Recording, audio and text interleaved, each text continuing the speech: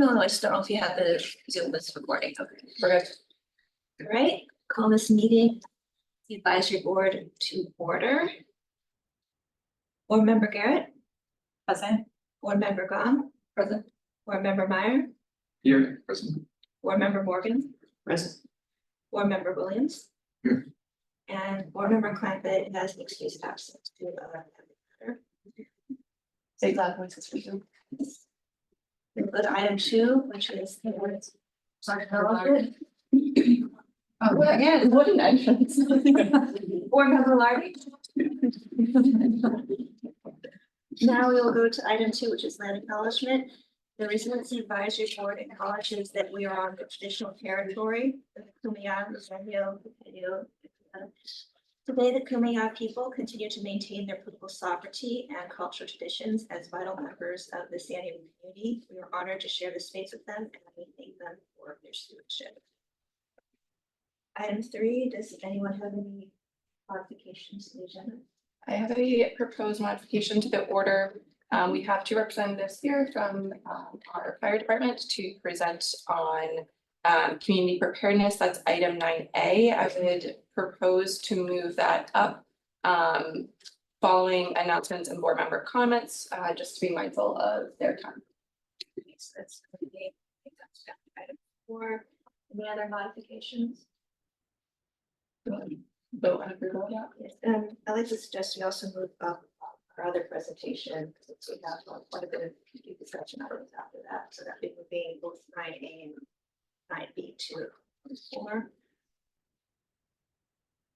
Have a motion? I'll move it. Second? A second. All in favor? Item 4. Anyone have any announcements from the board? Okay. Yep, staff. A few staff announcements. One for the board vacancies. I know that that has been something that you all have been interested in filling those seats.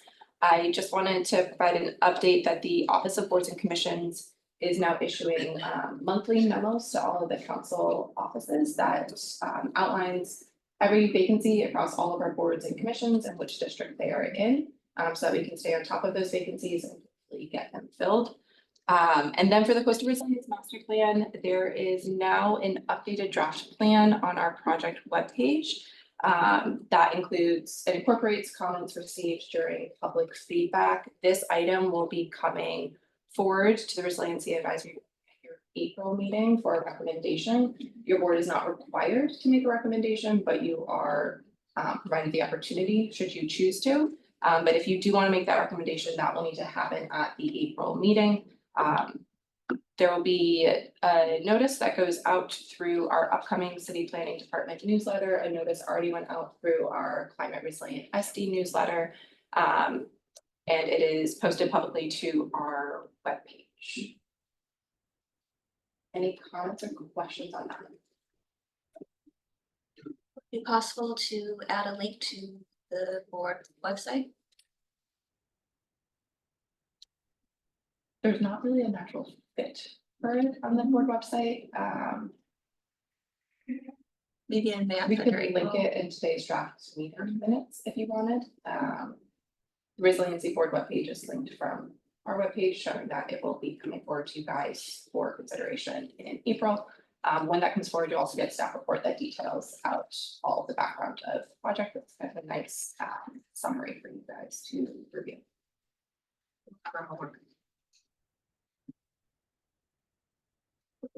That is it for staff announcements.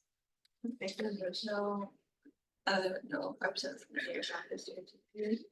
So we will move on to item 9A, community preparedness for wildfire, and we have the community risk reduction divisions. Thank you so much, both of you. Thank you. We got your presentation loaded here. Let's start with introductions. Tony Tosta, Deputy Chief of Fire Marshal in the Risk Reduction Division. It's a fancy way to say fire prevention nowadays. And with me is this Fire Marshal Dan Pipes with me, close collaborator. Wouldn't be able to get it done without him. So we present for you.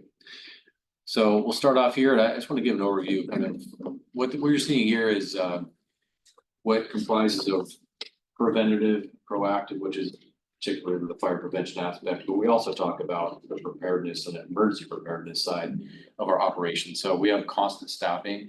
This was presented a little bit older to Public Safety Committee and Council. So our staffing levels were constantly in state readiness, 52 fire stations at full staffing. We did have the 100th Academy and then recently the 101st. So we're a little bit higher on those numbers. 994, probably up closer to 1,030-ish. But you can see the complement of staffing we have on a daily basis. It includes engines and aerial apparatus, a shift commander who oversees the entire shift of the day. We have 3 shifts. We have helicopter, USAR rig, X-ray, UAS is kind of like a fancy term for a drone, airport fire station, and the ability to upstaff depending on weather conditions. Next slide, please. So this was the outlook at the time, early January. We had the lowest level of rainfall, right? So obviously a lot more fires due to the vegetation fuels drying out, and the average of 5.4 inches. So we've had some rain since then. Things have changed, which is on the upside. We work with our operational area and state partners to ensure all those bottles are increased when needed. The example is the Santa Ana ones that we had the week we did the presentation. So we upstaffed strike teams, water tenders for wildfire. But to go to the next slide, you can see that we look at this and we're constantly run simulations every 3 hours, whether it's wildfire, you can see the whole state kind of works on the cross-referencing staffing, current fires, and many other weather checks. And this could be water, rainfall, flooding. So we upstaff swift water rescue team. So this is the preparedness and the emergency side. We're going to move to the next slide. Thank you. We also work with on the preventative aspects with public utilities, and this was presented with our partners, public utilities. They have a robust preventive maintenance program, hydrant knockovers, anywhere from 24 to 72 hours. We get notified down to the engine company level. This hydrant's out, so we get upstaff, get another water tender on that response. But we have ongoing communication. We have 26,000 hydrants in the city. Next slide. So, and as part of that, you can see with the public fire protection includes the water rates, 5.5 million to support the infrastructure and those needs. Next slide, please. So we're going to get into this a little bit. What we've done is we constantly update with the state partners as well as, and that's actually my photo from the fires there. Kind of funny, I got picked for that, for the Ready, Set, Go. And we're going to dig into this a little bit further in the next few slides, but we have a one-stop shop for Ready, Set, Go wildfire preparedness for everyone. We want to make it very customer friendly. And you have Watch Duty, Alert San Diego, Genesis Protector, all applications to notify our communities. Next slide, please. And we made a real quick and easy access QR code. So we do presentations and we have it on our business cards. People can go right to this. And an example, when you go to this, you get to the next slide, please. You're going to go to our website and you're going to see the Ready, Set, Go, all of what that encompasses. But then we have these features, guidance for homeowners, guidance for communities, and emergency response evacuation resources. Assistant Fire Marshal Ipes is showing you what those drop downs provide, a little bit more information, links to our websites, links to resources, home risk assessments, and so on, low cost, no cost retrofits. Next slides. Yes, right there. And then you'll see that it gives more guidance if you want to look at like developing a fire safety council, wildfire protection plan, fire adaptive communities, and then the evacuation application. Genesis Protect is one of those where we're on the engine company boots on the ground level and they're giving information on where a fire is. That gets reported out and noticed to people if they need to evacuate, where a fire is happening based on the incident driven response of wildfire or whatever's going on. So that's why we recommend Genesis Protect is one of those things, but there's also Watch Duty Alert San Diego. Slide. So I'm going to turn over to Assistant Fire Marshal to talk a little bit more about preventative fire prevention aspects. So like Chief Tosca mentioned, right, we used to be fire prevention, now we're the community risk reduction division. It's kind of the same thing, but it encompasses a little bit more. So historically, we've kind of always talked about the 3 E's of fire prevention, right, which is education, engineering, and enforcement. And when we talk about community risk reduction, we now have 6 E's, and we also add economic incentives, right, which could be a negative incentive, right, issuing penalties, but also trying to offer incentives such as grant opportunities, right, when someone wants to develop a fire safe council. Also encompasses emergency response, which we just discussed, and empowerment. So I just want to talk a little bit about, within our community risk reduction division, we have different sections. One of them is our wildland management and enforcement. So we have a full-time section dedicated to managing wildland. So there's a couple different programs that they have. The first is our proactive inspection program. So this started back in 2009, shortly after the witch fire came through San Diego. And basically we have 46,000 parcels in the very high fire hazard severity zone on Canyon Rim. And so we go out and proactively inspect those parcels, make sure that they're maintaining defensible space, provide them educational information on how to perform brush management. And so that's something that we do year round with dedicated staff. We also have a vacant lot program. So we have a third-party contractor, fire prevention services. They have a list of 900 vacant lots throughout the city, where they proactively go out and make sure that those vacant lots, that all hazards there are abated. So they will contact the lot owners, make sure it's done, or they can provide that service for them themselves and make sure that those vacant lots are not posing a hazard in the city. Also recently proposed in the city's brush audit was that San Diego Fire Rescue be in charge of city-owned land in need of brush management. So that has not yet happened. We're still waiting to see if there's gonna be an administrative regulation that comes out, giving us the authority to kind of manage city-owned lands. So we're kind of preparing ourselves for that, but we're just looking for the staffing to carry out that program. But that's something that could be coming soon.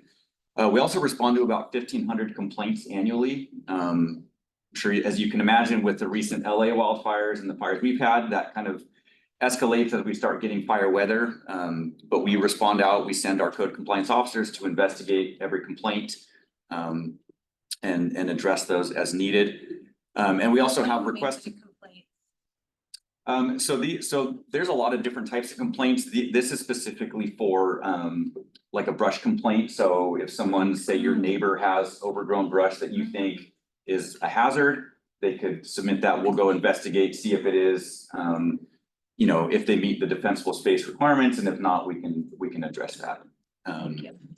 Yeah, and so requested services. So I'm sure a lot of you have heard about maybe AB 38 inspections, right? That was introduced in the new law where you're selling your home in a fire hazard severity zone. It has to meet defensible space requirements. So that came about back in 2021. We've been doing that for a couple of years. And then also home risk assessments, and we'll talk about that a little bit later. Just one thing too, is the complaints, we also have complaints for buildings and brush. So we have those, and then the vacant lot program, we just updated the contract to twice a year versus once a year.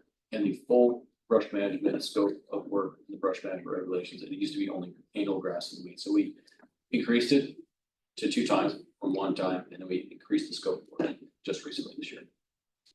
So this is a quick screenshot of our page on our website for this. Just kind of talks about all the different programs I covered, gives links to request those services, a lot of information. So, and again, we have a QR code that we can use in our email signatures when we go out and do community events that will take them back to our webpage so they can find all of that information. We also do a lot of community outreach, and this is something we're trying to get, you know, rather than having to go and do enforcement, we would rather educate people. And so again, we've had a huge request after these LA fires. We try to get out to everything that we can, but education is a huge part of what we do. And so we go out to a lot of local community centers, talk about defensible space, home hardening, evacuation. We usually have someone from the prevention side and someone from the emergency operations side to try to cover all the different questions they might have.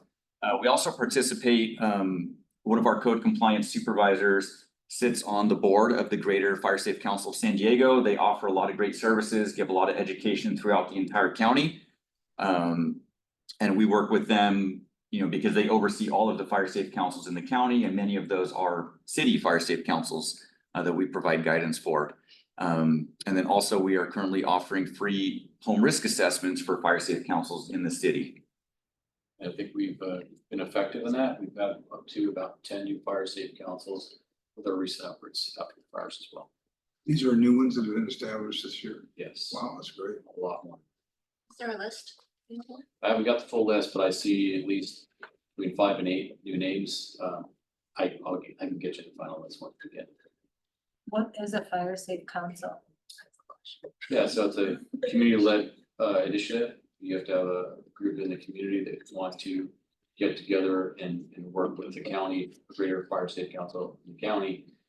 And what they do is they kind of establish initiatives, vegetation management programs, home hardening, seek grant opportunities. And they work with the fire department in a collaboration to reduce risk in their individual community. And they create boundaries for grant opportunities as well. One of the big things that they do is they'll come up, every fire safe council has to come up with a CWPP, which is their community wildfire protection plan. It's pretty comprehensive. There's a template to follow, but a lot of times they need help from consultants, but it identifies, hazards in the community, kind of does like a community assessment. What are the hazards? What are projects that they would like to do? They have to come up with a PACE, their primary, alternate, emergency evacuation routes. So it requires kind of putting together a comprehensive document.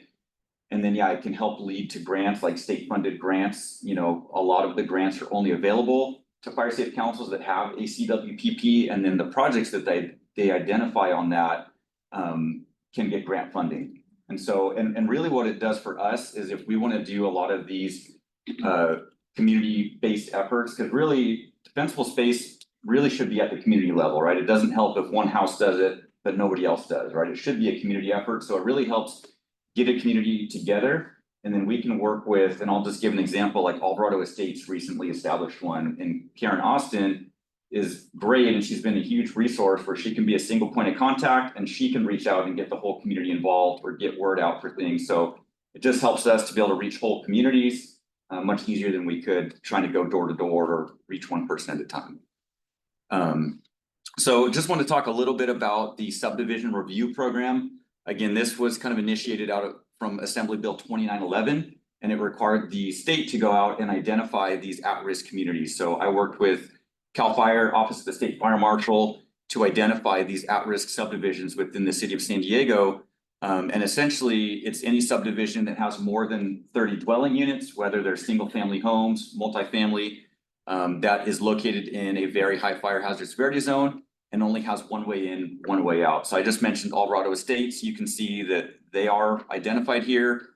Parts of Kensington, there are numerous of these subdivisions, existing subdivisions throughout the city.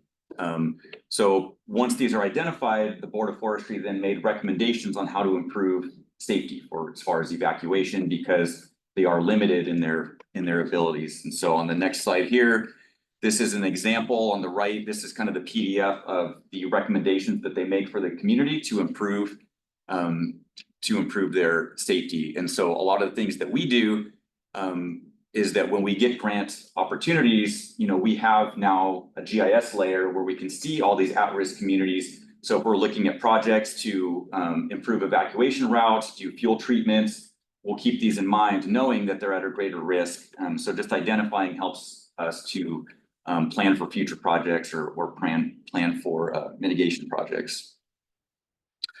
So one of the things also that we did after these at-risk communities were identified is make sure that we don't develop new at-risk communities. So we amended our Appendix D of the California Fire Code so that when a new master plan community is proposed, if it has more than 30 dwelling units, we make sure that it is built with more than one, that it has to have two ways in and out of the community. So that's something that we adopted locally into our fire code.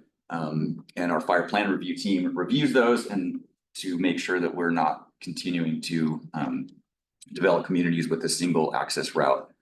Another thing that our fire plan review team does is any new projects that are built in a fire hazard severity zone, we want to make sure that they have that minimum 100 feet of defensible space. Sometimes it's very challenging just based on lot size, topography, they may not get that full 100 feet.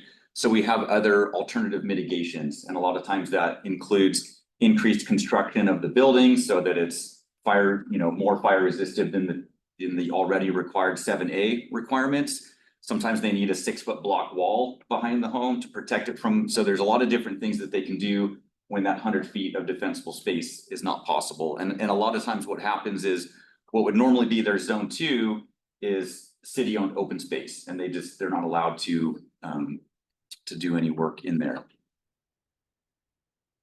So wanted to talk a little bit about Assembly Bill 3074. This is one of the things that introduced Zone 0, which there's been a lot of questions on recently. So Zone 0 was originally supposed to take effect back in January 2023. It was pretty controversial because it, there was a part of it that was going to affect new development, but also a retroactive part to it. And there's been a lot of debate on exactly what that is going to include, and what it has to do with Zone 0 is really that first 0 to 5 feet around the home, and having that be like kind of a non-combustible zone.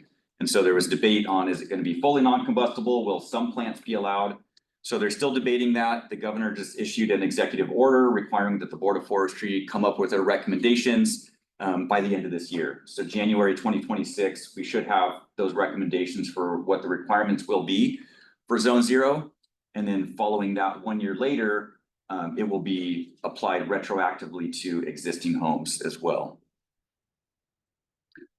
So this is kind of some educational material. So we're educating people about Zone 0. Again, it's not effective yet. It won't take place until next year, but just giving the recommendations on what Zone 0 should look like. We're encouraging people to do that now, or so they're at least aware of it, because it is very important. Here's just kind of a closer look now. So we've always had the Zone 1 that was 35 feet out from the home, Zone 2 from 35 to 100. And now we're introducing this new Zone 0, also referred to as the immediate zone. That's found on our Ready, Set, Go. So we talked about home risk assessments. So a lot of what we focus on there, again, is you can see looking at that hardscaping 5 feet out from the home, but it's really about that area immediately around the home, that first 5 feet, and also looking at the home itself. So the eaves, the gutters, the roofing material. So again, all these things are required for new construction, but for existing homes, when we do a home risk assessment, these are all recommendations that we make to them, that if they want to improve the fire safety of their home, right? There's some things that are mandated, defensible space requirements, but there's also optional things they can do for home hardening if they wanted to take those steps. So this is a video here that I'm going to play. There's no sound to it, but so a lot of what drove AB 3074 and the introduction of the Zone 0, there was a lot of full-scale testing done by IBHS, who's the Insurance for Business and Home Safety. So they did full scale, they built houses, they put it on a big turntable, and they created these ember generators. So it's basically simulating a firestorm with embers blowing on the home. And you can see the left side, it has combustible mulch around the home, and it has a combustible siding. Compared to on the right, this would be, the same as a home with Zone 0 and upbuilt to 7A standard. So it has non-combustible siding, non-combustible gravel around the home, and there was a very significant difference in the way that it performed under a simulated wildfire event. So there was a lot of scientific backing behind the Zone 0, and you can see it's extremely effective in those large fire events. Kind of moving into just working with other city departments, kind of on a higher level. So we look at a lot of things with sustainability and mobility. There's been a lot of mobility projects throughout the city, and so we've really increased our kind of coordination with them. We've also worked to update the city street design guide to make sure that it had a section that addressed emergency response, because we were noticing that some of the mobility projects for bike lanes, bus lanes, was having a negative impact on our emergency response capabilities. So we've had really good, they've been very receptive to our feedback, and we're working closely with them just to make sure that a lot of these future projects don't have a negative impact on emergency response and also evacuation for different areas. Also with the planning department, we've been working with them on a lot of projects. Recently, the general plan was updated in 2024.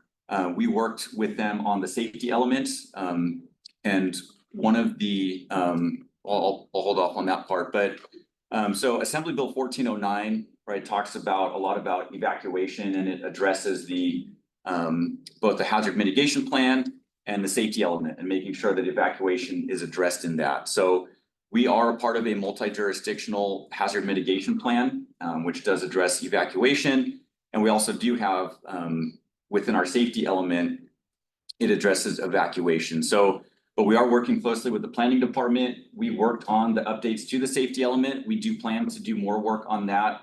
This Monday, we're actually gonna get the updated fire hazard severity zone maps. And so I think they were waiting to, we worked with CAL FIRE on the safety element. There's a liaison that they have from their land use planning division.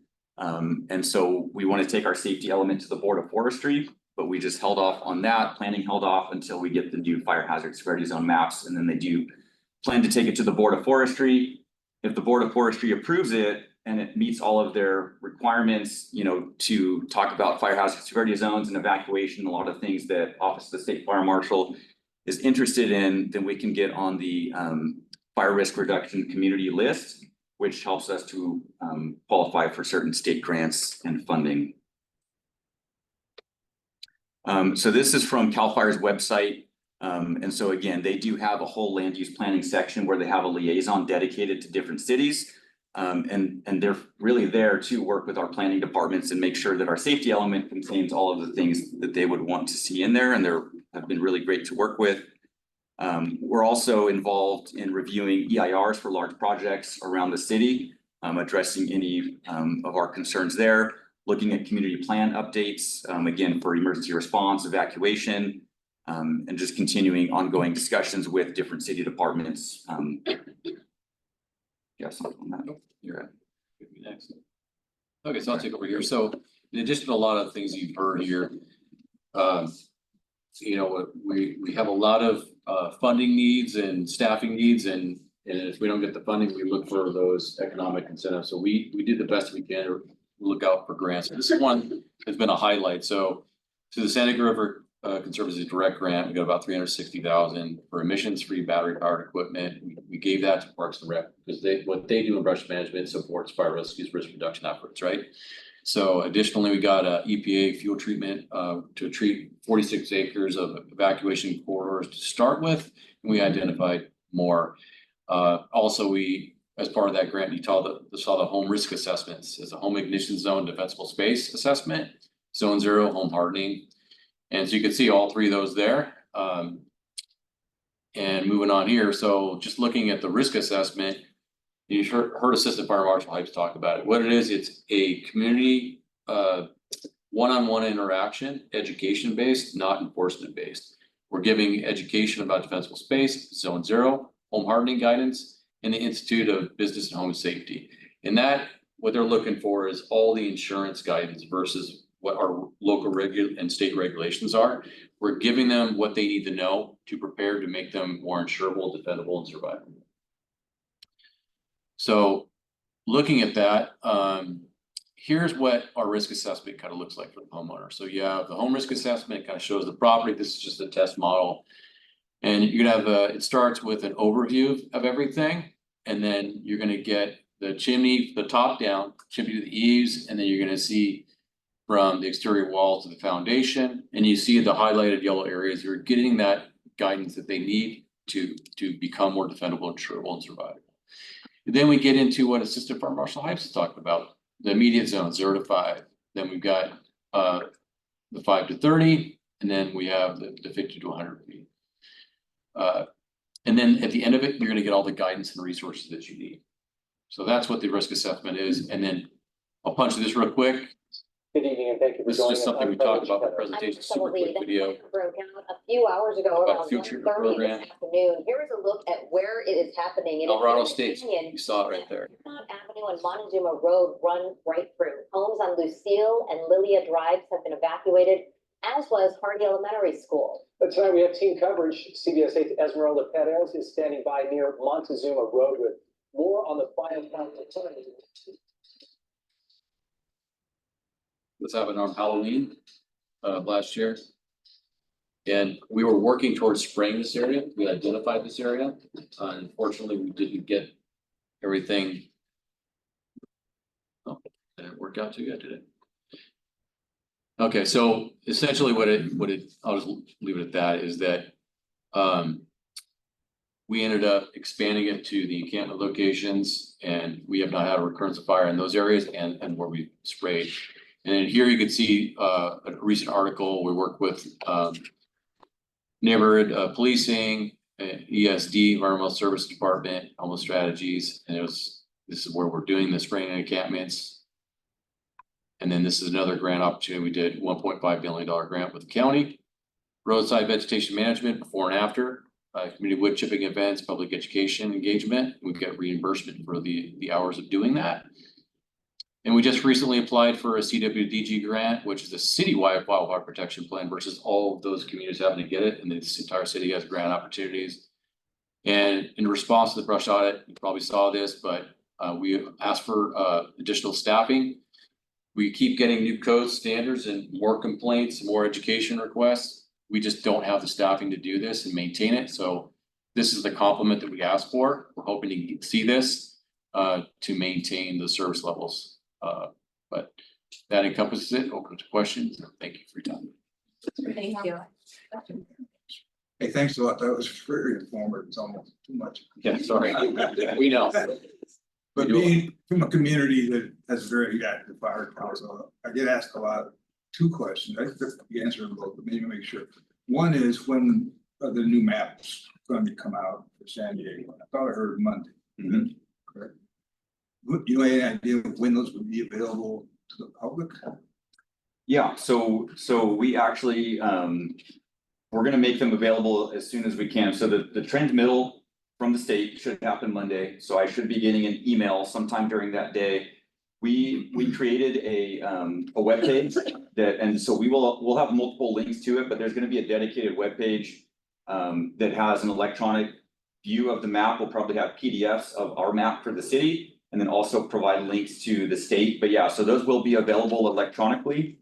And then it's gonna have a lot of information about how the maps were developed, the science behind them, try to answer all the questions that we could think of on that webpage. And then there's also a comment form. So if you have a comment, if you feel like there's a, you can put your parcel number and say, hey, here's, why was this included? Why was this not included? You can leave comments. So there is a button you can click to do that as well. Thanks. Another one was the home risk assessments. I understood were not available until July. I misunderstand. What we've been doing through the grant is offering to incentivize that economic incentive to the ones that establish fire safety council. Okay, I got you. So we're offering it, and then we're also using it as a learning tool for our staff to get polished up for July 1, and then it's available to them. Okay, great, thank you. Yes, on the maps you had for the 30 units for 2911, Mhm. are you going to be updating those with the new maps, assuming there's areas that are now high fire hazard and they're not? And the second part of that is, are you looking at when there's new dwelling units created, such as ADUs in neighborhoods that maybe are hitting that 30 threshold now that weren't before? And I guess the third part is that data available and can we get copies of that through Julia?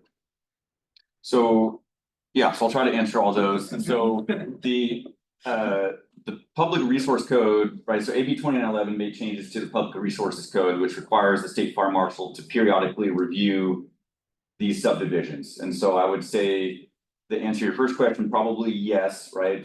Because the maps, right, those are kind of contingent on being in a fire hazard severity zone.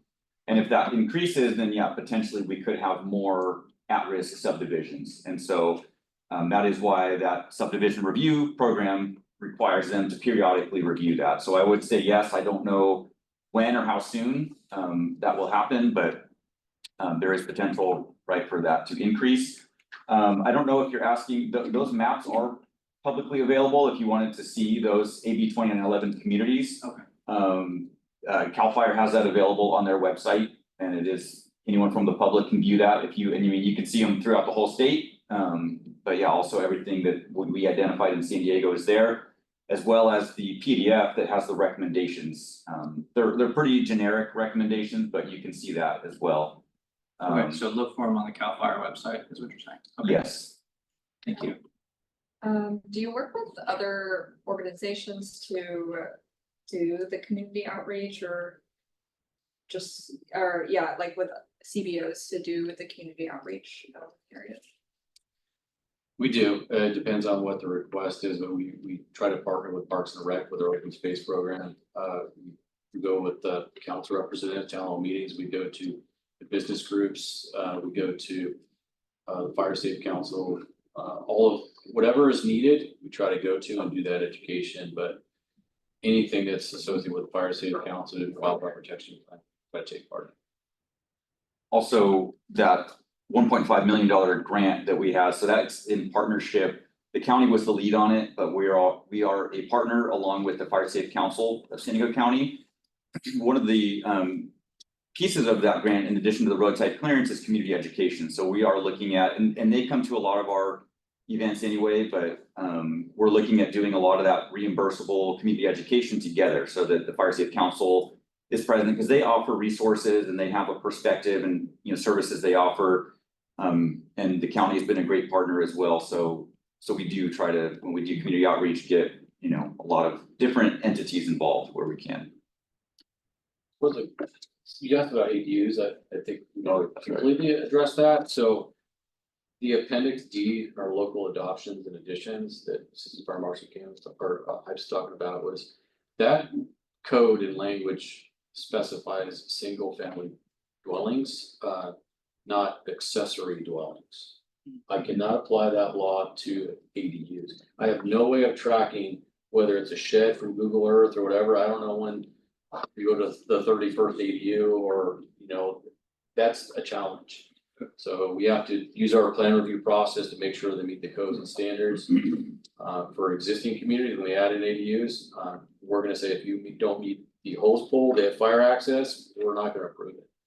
If it gets to us to review, it triggers our requirement. So I have challenges with ADUs because of that reason, the increased, because if you look at Appendix D 107.1, that and AB 2911 encompasses two things.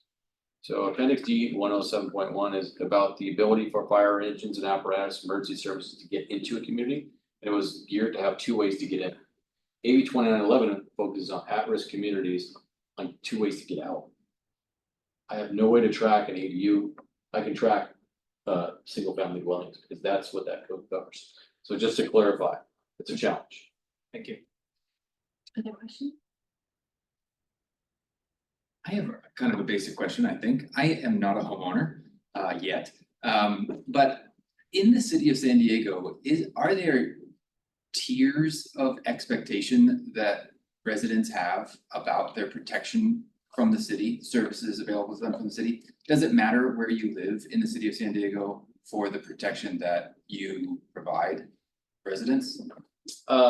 Tiers, if you're talking about our ability to respond or the preventative side.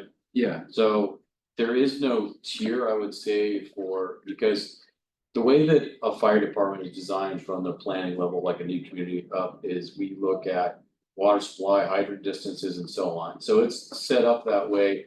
I mean, let's look at the LA fires, for example.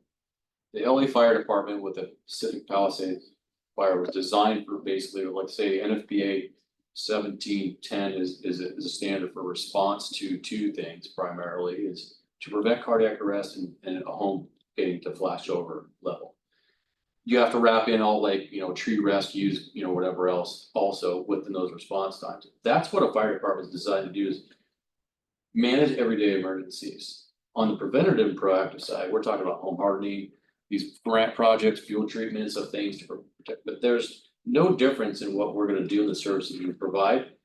But the entire response, emergency response, we wanna maintain through our budget document, our key performance indicators and how we respond to medical and fire emergencies. There's no differentiation. We're gonna respond to everyone where we can, if we design our city the right way. So follow up to that one then, with updated fire severity maps, how will that affect your prevention, your education, and then ultimately your response, or hopefully not your response, to those communities that now, or you know, that not much has changed by Monday in particular, but they are in identifiably less safe places? So I think I know what you're getting at, and there's probably a chart, and we don't have it in here.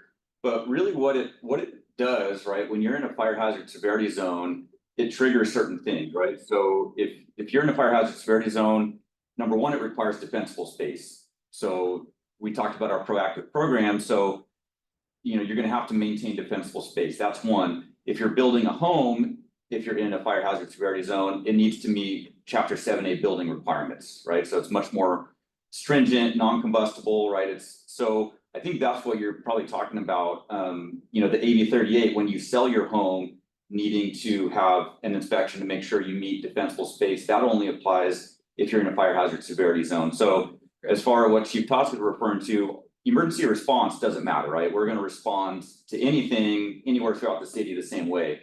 But it really has to do with the preventative measures taken. Yes, it's affected because all those things, defensible space, 7A requirements, AB 38, those are only apply if you're in a fire hazard severity zone. So one more question on that, the prevention side of things seems like a huge focus, all around the country for sure, but I love the focus on prevention. If there is a new subdivision proposal, and for some of the review that you were talking about for existing, what is when a developer asks for fire marshal review on the plan, what do you look at, what do you provide, and what does that mean to the public then about that development? What can you say about that relationship in a new subdivision, I guess? So for new development, like I mentioned, we talked a lot about our wildland management and enforcement team. We also have a separate section that we call our fire plan review section. So we have plan reviewers, so for new projects or developments, whether it's a single commercial building or a whole master plan community, we do plan review for that. And there's a lot of different elements. A lot of our main focuses though are fire department access and water supply. And so if there was a new subdivision proposed, our plan reviewers get those plans, so they'll look at a site plan and the different components depending on what we're looking at, and then they make comments. So it goes through multiple rounds of review, but when we first see that plan, they would make comments, right? If they saw a subdivision being proposed, and we see it with a single access, they would make a comment, they would cite, D 107.1 or whatever the applicable code was, and that would get returned, to the submitter with those comments on there, and they have to make revisions based on that. So that's how that process would work.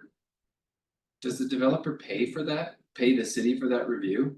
That'll be part of the review process, like if there's an EIR that's triggered, they need fire fuel modeling, if they're building in a hazard severity zone, defensible space. We make comments on those and they would have to get a consultant to do that fire fuel modeling report that goes associated.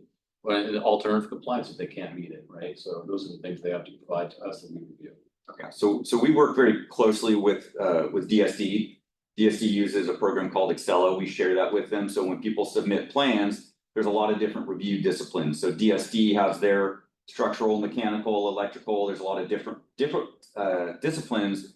We are the fire plan review discipline. So for certain things that get submitted, we get added to that review, and then we make comments on that. So we don't see every single thing. If they're doing a small bathroom remodel in a high rise, we're not going to probably look at that because it doesn't affect what we do. But if it's a whole new development, new building, then we're going to look at that and add comments to it. Any other questions?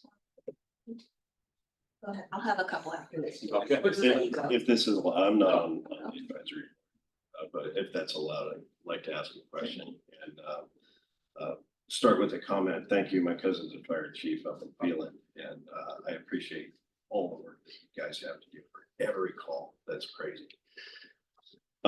My question, however, is on one of the slides was Citrotech, and it's an encouraging technology, first developed and patented in regards to building lumber.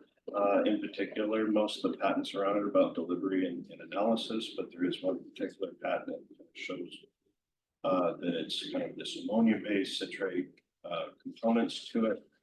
I wonder if we could get public information on that because it's very difficult to get that. I was wondering, in addition to that information, is there a monitoring process, especially to water quality, especially how does it, after it rains, enter the watershed? What does it do to the native environment? And if it's efficacious for fires, at what point does it just become too hot that it's going to combust anyway? What happens? Right, so good question. So I think the I can share with you the SDS sheets they've given me, and I've looked at it myself just out of curiosity. It's a food grade additive. And it's been described to me, and I don't think there's ammonia that I know of. I've asked them, like, is there anything that's all food grade? They said no. So it was described to me as a food grade and a food additive, like citrus base with like almost the entire coating of aspirin. So that's the way it inhibits fire from actually starting. So when you spray it, our planning department, we've kind of worked with our partners in Parks and Rec and Open Space to kind of like assess it, see if it's affecting things from a visual perspective after we spray a city on land. And then our environmental services department, I've given all of that information to, and they're looking at it too. But that's the extent of what I've done, other than the CEQA exemption. But I can give you any resource you need. And then as far as the effectiveness, treating it, can you rephrase that last part of it? Yeah, I guess it's because of the CEQA exemption, it's tough to tell whether or not it would meet these rubrics for environmental concerns. I think is one of the aspects of it is at what point is there a failure point too, and it's going to combust at any point. I don't know if that's so. I would look at it this way in the application, not the treated wood aspect, but the vegetation aspect that we're using it. It's like anything else, you have to spray it every 6 months. There's a UV ray, vegetation regrowth, or high frequency of rain. But the tests that we've done internally in the fire department, aside from what the company is saying they're doing, we've done completely the same thing. You can take a blowtorch with 1,500 BTUs and it will not sustain combustion on a Christmas tree. It's been sprayed and it's dried. So we have not, and all I can do is show that there's a risk reduction and is it working? And the data sets that I have is that every encampment location we have sprayed, we have not had a recurrence of fire since last October. And recently it's January and been spraying. Not one area that I've seen on any evacuation corridor has there been a recurrence of fire. And we track where encampment locations are as well. That's the only data sets that I can give you. We're proving reduction of risk, and that's all I can say. look forward to. Yeah. Future. Thank you. Yeah. You had mentioned, of course, you focus first on education before enforcement, but could you walk us through what the actual enforcement process looks like? Absolutely, you want? Sure, yeah, so I guess our current process for like our proactive program, so if we go out, we would do an initial inspection. If there was a violation, we issue them a notice, so we'll let them know what the violation is, what they need to do to correct it. This process is actually changing. It was kind of manually intensive and they used to write letters. Now we transitioned over to a new software that we're using that automatically generates them a report. Can include photos, show an aerial view of their parcel, and we can identify exactly where the hazard is to try to just make sure they understand what it is and what needs to be done. But they will receive their first notice of violation. We give them 30 days to comply and make any corrections that they need to. We'll then come back out a second time, check if it's been corrected. There's no fines, penalties, anything like that. If we come out the second time and the violation hasn't been corrected, we'll send them a second notice of violation, give them additional time to correct that. And then once we come out the third time, that's when there is a $300 non-compliance fee. And then if they still don't correct it after the third time, then we have an abatement process. And so that's where we can refer them to a third-party contractor who will actually come out, notice the property, post it for abatement. And then if that contractor, they give them, I think, a 10-day window for abatement. If they come back out after that 10-day window, homeowner hasn't made the corrections, then they will perform the abatement and then send the fee for the cost of that abatement. Are there options for anyone who might have trouble affording, depending on the size, that the abatement area would cover, or is just not able to do it physically or financially with their sources? Not currently, but I think the third party company sometimes, if they do look for vacant lots, if they want to use the services of that company, sometimes they'll offer it at the non-penalty rate, if they don't have that option. But we don't have like a reduced cost currently for abatement. We don't do the abatement, we do the enforcement aspect. So we've looked at things like that. We're trying to get into user fees where, like the nonprofit, you know, for special events, we've looked at options like that. We're trying to offer like these grant funded projects to incentivize people, to help people get a grant opportunity, to help people with lower incomes or don't have the ability to do things. If we have any more questions come after, can we send it to Julie? Sure. I would have to ask, how do you feel about palm trees? Any strong feelings? You know, I can tell you that if you look at the famous picture from Scripps Ranch and it shows all the homes burnt, but all the eucalyptus trees and the palm trees are there, right? So zone zero works, right? It's the dead, dying and understory that really what gets that fire going. It's the ember resistance to protect your homes and the survivability. So you can try to chop down a tree because people ask me, well, that's a tree 80 feet. That's beyond our scope of our brush management regulations. So should I also cut the tree that's 1 mile and 2 miles because that ember is still gonna reach it? That's my response to palm trees and eucalyptus trees. I understand they do have a contributing factor. But if we maintain our defensible space, that is the best chance you have to survive the fire. Thank you both so much. You're very welcome. Thank you. You're here.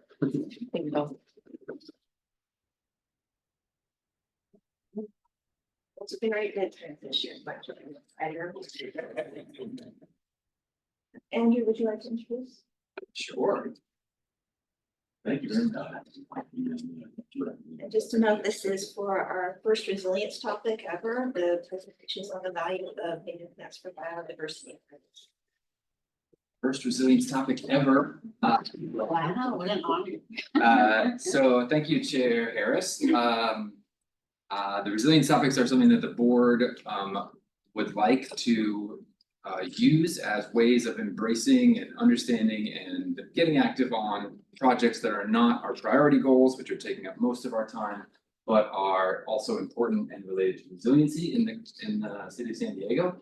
So I volunteered to be the guinea pig and volunteered you guys to be the guinea pigs for the value of native plants and their relationship to community resilience as the resiliency topic that we're focusing on today. So I appreciate very much your time. We also have, I think, Mark Berninger, who is from the City Open Space Division, who I think is actually in a California Lease Term Management meeting. I'm here. But he will present at the end or share his opinions at the end for 5 minutes, I think is the plan. Hey, Mark. Hey. By way of introduction, I mentioned at our last meeting that the San Diego Bird Alliance does a lot of work with whom I work for, does a lot of work for native plants because native plants are the foundation for native birds. Without one, you can't have the other. Also, every other wildlife and human that lives in the city of San Diego relies on a functional and vibrant plant-based ecosystem that we have in the city of San Diego, including the second largest urban park system, which Mark touched on. So we have a lot of this around us. We also have a lot of residential, industrial, and commercial space that is not full of native plants. It's full of plants that are, for one reason or another, landscaped and maintained by a lot of companies and a lot of homeowners and those kind of things, which are not native. And for by and large, from a bird perspective or from a lizard perspective or from a pollinator perspective, it's very useless habitat for those species. Our native plants have co-evolved with native birds and other wildlife for thousands of years. And the nesting, the place to lay your eggs, the protection that they provide, the nectar, the flowers, the fruits, the seeds, all those kinds of things are very much much more valuable to native wildlife than they get from non-native landscaping. So in order to tee up you guys, I just wanted to emphasize, I didn't for sure bring a whole lot of resources to share, but I can if it's helpful. The county of San Diego has a native landscaping policy that they passed in 2022, and they are working on the education and incentives to get the county to embrace native plants for all kinds of reasons, which I hope we'll talk about, in addition to their value to wildlife. But the county of San Diego has been a leader on that. They got a lot of information from many other communities throughout the US who are prioritizing this.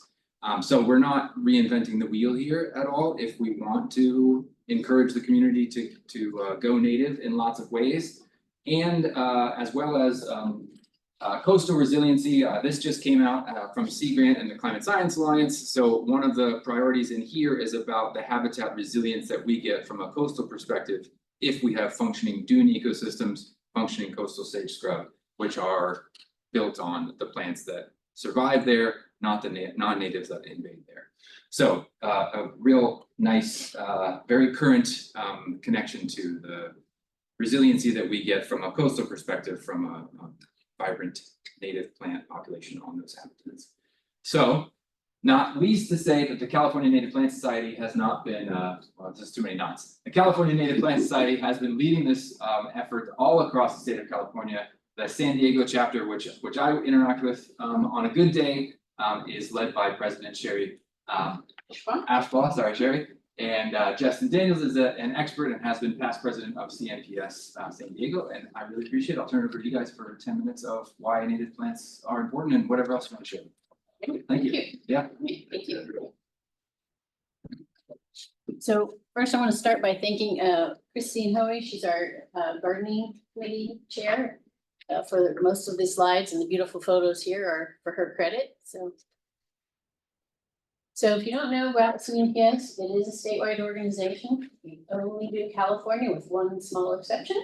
There are 35 chapters across the state. We do actually have one in Baja because if you know about plants and animals, they don't respect geopolitical boundaries. So, you know, they live where they live because the resources they need are there. So this is our mission. Personally for me, one of the things I appreciate about CNPS and one of the reasons why I decided to get more involved is that what they do is science-based, right? They have a staff in Sacramento that despite being very lean, they do a lot of surveys, they do the science work, and then the policy, the education comes from that. So I personally think that's very good. Our local chapter, our mission statement there, you can see that we do cover both San Diego County and Imperial County as far as our geography. So, okay, go ahead. So Andrew kind of alluded to this a bit. So this really is about the ecosystem, right? That's really what we're getting to here. Coevolution that was just mentioned, right? Everything has evolved together over time. Everything is adapted to our climate. These are what we call the true drought tolerant plants. There's always this discussion about what's drought tolerant. There's lots of things in the world that are drought tolerant, but if they come from somewhere, particularly in the southern hemisphere, you do get plants from South America, South Africa. You think about the timing there, their dry season is the opposite of ours. So a lot of times what happens is those plants, even though they are drought tolerant a portion of the year here, they're not necessarily drought tolerant in our warmest time of the year. So that part of it is an issue there too. They are the foundation of native ecosystems, right? Everything is built from the ground up, so to speak, on plants, everything else is dependent upon that. And one of the things that I like to emphasize that I think gets ignored a lot of times is ecosystem services, right? And Andrew was alluding to that as well. All these things that plants and ecosystems do for us, the air purification, water filtration, keeping the soil itself healthy, climate change, right? Adaptation, stabilization. Think about what it would cost us if we had to do all of that air purification by mechanical means, right? We don't even have the technology to do that on that kind of a scale, right? To just, you know, think of costs and feasibility of it alone. Same thing with water filtration. Yes, we know how to filter water. We've been doing it for a long time. But if we had to do it on a global scale, there's no way, right? We don't have the technology, and the cost would not be even practical. Okay, go ahead. And I think you've probably seen a lot of this information too about biodiversity. And it's interesting when you look at this map, right, showing you that we know that about California, Southern California in particular. You can see the graphic there, looking at the areas that are protected. California itself has the most imperiled biodiversity. That's part of the problem with everybody wants to live here, right? We all love it. That's why we're here. When you look at San Diego County in particular, it's the most biodiverse county in the contiguous United States. And why is that? You've got the coast, you've got inland habitats, you've got mountain habitats, and you've got desert habitats, right? All of that within very close proximity. And then, of course, all those transition zones in between those types of habitats. And also, as we all know as well, natural habitats being lost, right? Human population continues to increase. So development follows that pattern. So mitigation to that is restoration. And on some scale, right, of course, and we'll talk a little bit about that later. So when we talk about landscaping, one of the ways that we recover that habitat loss is through landscaping. We get people that come to an outreach booth and they say, well, I have this really tiny yard. And our answer is, doesn't matter, no yard is too small. Doesn't matter if you live in a condo or an apartment, you can still grow native plants in containers on your balcony. So any little bit helps. But one of the things we need to do in terms of landscapes is think about transitioning to a whole different thought process. And that's what this graphic is getting at.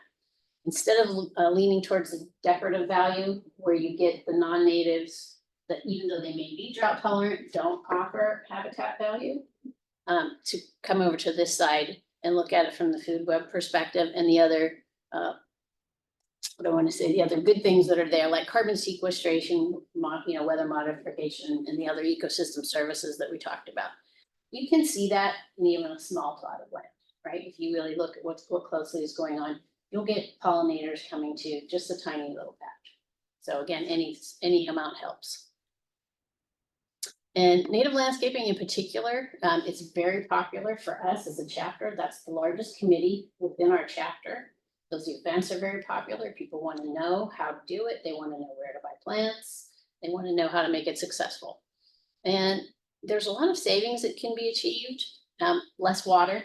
There's actually a water district up in San Marcos area that told me April of last year, they had several customers that changed their landscaping from non-native drought tolerant to all native plants. And those customers saw their water bills go down by 30%, just in that transition from drought tolerant but not native to something that really truly is native. So depending on how much you like to pay for water, 30% is probably worth investing in, right? Less green waste because of the maintenance itself tends to be periodic, and you don't generally have to do a lot of recurring maintenance on a recurring basis. No pesticides or fertilizers. The fertilizers and soil amendments, think about how they grow in nature, right? There's nobody out there in the wild distributing fertilizers and pesticides. They're still living. They've been here for eons. They grow just fine without that. And of course, providing quality habitat for wildlife, right? And that word quality is really what's important in there. If you do start transitioning your yard to native plants, you will see a shift in wildlife coming into your yard. And of course, the beautiful part, appearance alone, and reconnecting people to nature, wanting people to get back outside, right? Children especially, kids are really fascinated with pollinators. Pollinator garden is a great way to start if you have a family with young children. That really helps people go back outside, reconnect, and appreciate what we do have, and keep it for the future. Okay, and seeds, as far as resiliency of the plant community itself, and Justin's probably going to touch on this a little bit more. The seeds are the data bank for future genetics, right? We're still doing genetic studies. We're still doing a lot of work there, trying to figure out how a lot of these plants can adapt as the climate will change over time.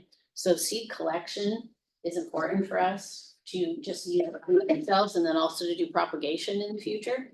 That's the raw material for propagation programs. We do teach propagation. Justin's involved with a program with the city of San Diego and Tecolote, where we teach people how to do propagation, either by cuttings or by seeds. That's very popular as well. That committee is growing. We get a lot of continued interest in that. And then some of that propagation can also be put back into restoration, right? Not only can you learn how to do that for yourself, for your own yard, but depending on what we can grow, then that can also help with habitat restoration as well. Okay, and then habitat restoration, it has to start with removal of invasives in general, right?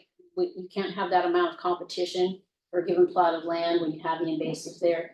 The invasives are known for taking away water, take away nutrients, they take away space, they take away sunlight.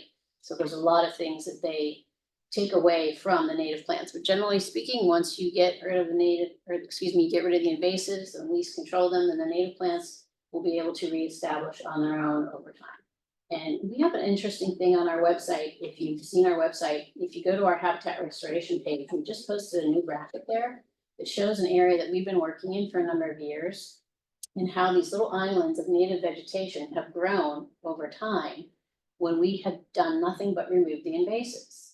And that's generally the approach that we use. We do some planting on rare occasions, we do seeding on some rare occasions. Generally speaking, our main focus is to just remove the invasives, and then that allows the natives to come back and grow on their own. So check that graphic out if you get a chance. So as we mentioned before, restoration just helps regain what has been lost. And that can accommodate large scale projects, but even again, back to the native gardening, something as small as your yard. So any amount helps there for restoration.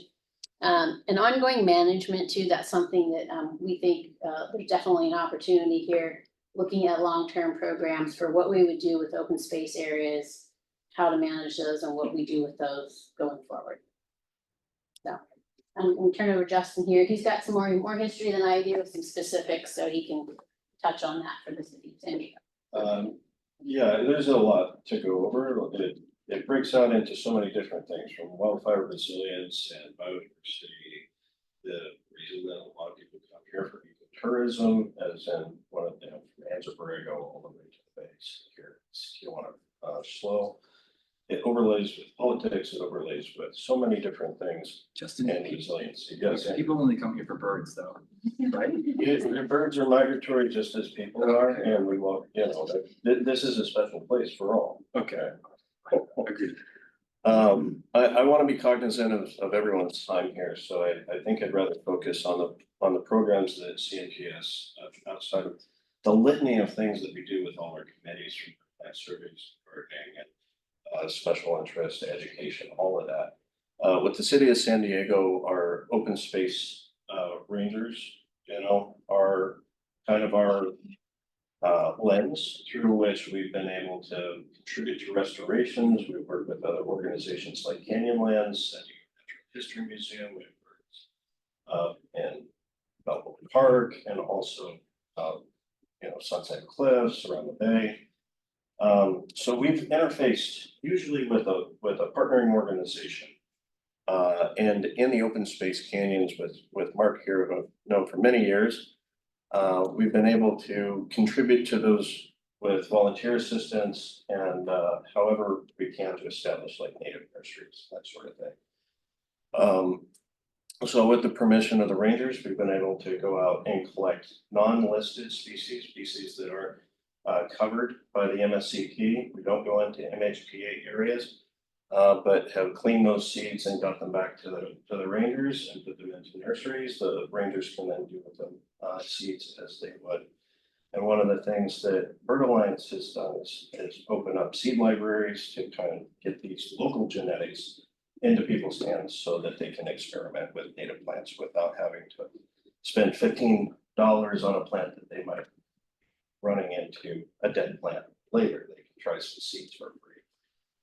So we really want people to be more aware, especially kids, and touching on our mini grant school gardens programs is another topic that we engage with. But is there a particular area that you would like to have more explanation? I have a question. Do you have a question? What makes something a weed, or is that not really a thing? Or like, I'm just wondering, the invasive plants versus if like a bunch of stuff that like nettle, I don't think nettle is a weed. I think it's a very nice plant, but they're all over my yard right now. What is that like good by your standards? Should I leave those there? Like, how do you know if something's a weed, I guess? They make a great pesto for one. Yeah. Especially with pistachio. But no, that urtica is non-native. There are native nettles. What it comes down to invasive species and how they proliferate in the environment relates to whether or not they're truly displacing the habitat. And so we know from the Spanish introducing species from Spain when the first colonization came here, that there are species that came over and proliferated very quickly, Filary being one of them. We consider those so widespread at this point, and while habitat in the layers of use in the environment There has been some adaptation and there's been some consideration for naturalization. But we're finding with global commerce that now we're introducing species, especially from the Middle East, Southern Europe, Africa, both ends of Africa and Australia, that those have a propensity of not only expanding and displacing habitat, taking that away from birds, but inducing and increasing wildfire severity, especially in terms of flash fuels. So there are some invasive species that contribute habitat value, but when on a case-by-case basis, when you're talking about biodiversity, you're talking about thousands of different species in a given area, so let's say an acre, depending on a lot of factors. But if it's non-native, and especially if it's invasive, what we're finding is few, maybe dozens at best, and most of those are migratory, just they pass the site over. So invasive species are a primary target for our restoration to get rid of those. Because once we see those removed from the environment in a new establishment of native plants, the water quality, soil quality, biodiversity skyrockets again. Generally, it's the ones that spread, just that spread faster, take away the resources from the other plants. There are lots of weeds, right, that don't necessarily do that, but at the same time, don't provide habitat value, right? Nothing's gonna feed on them, nothing's gonna pollinate, nesting habitat value. So there is an organization called CALIPSI, California Invasive Plant Council, that covers the state as well. And they look at individual plant species and decide based on, data that have been collected and verified that a certain plant has, merits that rank of being considered actually invasive, right? And when we were talking about this morning, the grass, tell me the name of the grass again. It was African fountain grass, and it's classified as a noxious weed, but it's fairly new to the environment, introduced through the ornamental trade. So USDA has standards for noxious weeds. Those are ones that clog waterways or are commit to poisons to economic interests, that sort of thing. So there is overlay with that, but what is a weed is a very fluid kind of term, and if you don't like something, it's usually The joke is that the weed is just the wrong plant in the wrong place at the right time. That is a generalization, but again, primarily speaking, they don't really provide any habitat value, right? There's nothing positive that comes from it, it's just neutral. It exists, but it doesn't do anything positive. Thank you. So we'll go to Erica and then we want to give Mark some chance. Okay, well, I don't know, but what my question might lead into Mark's comments. I basically had two questions. One had to do with, you mentioned that the first step is getting rid of the invasives. I wonder how you do that on larger tracts of land. And sort of, I'm thinking, in the rewilding context, what priorities do you have? Are there some larger tracts of land where you're thinking of trying to do restorative work there? So that was the first question, and I'll ask them both in case these come together and we're running out of time. The second had to do with thinking ahead. You described the locals as being those that really are drought tolerant and tolerant of heat in our, calendar year.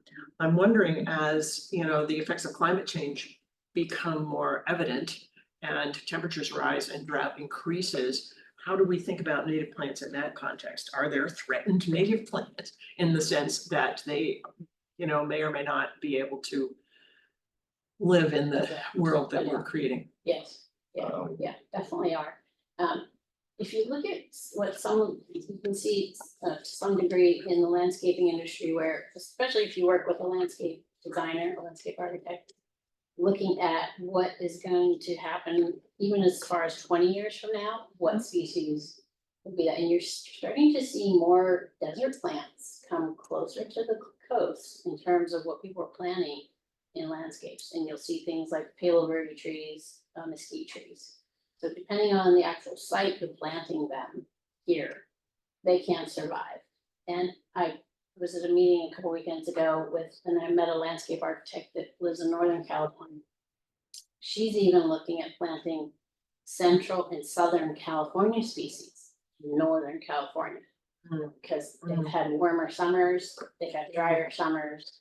So she's actually looking at changing a plant palette that she would typically use for Northern California.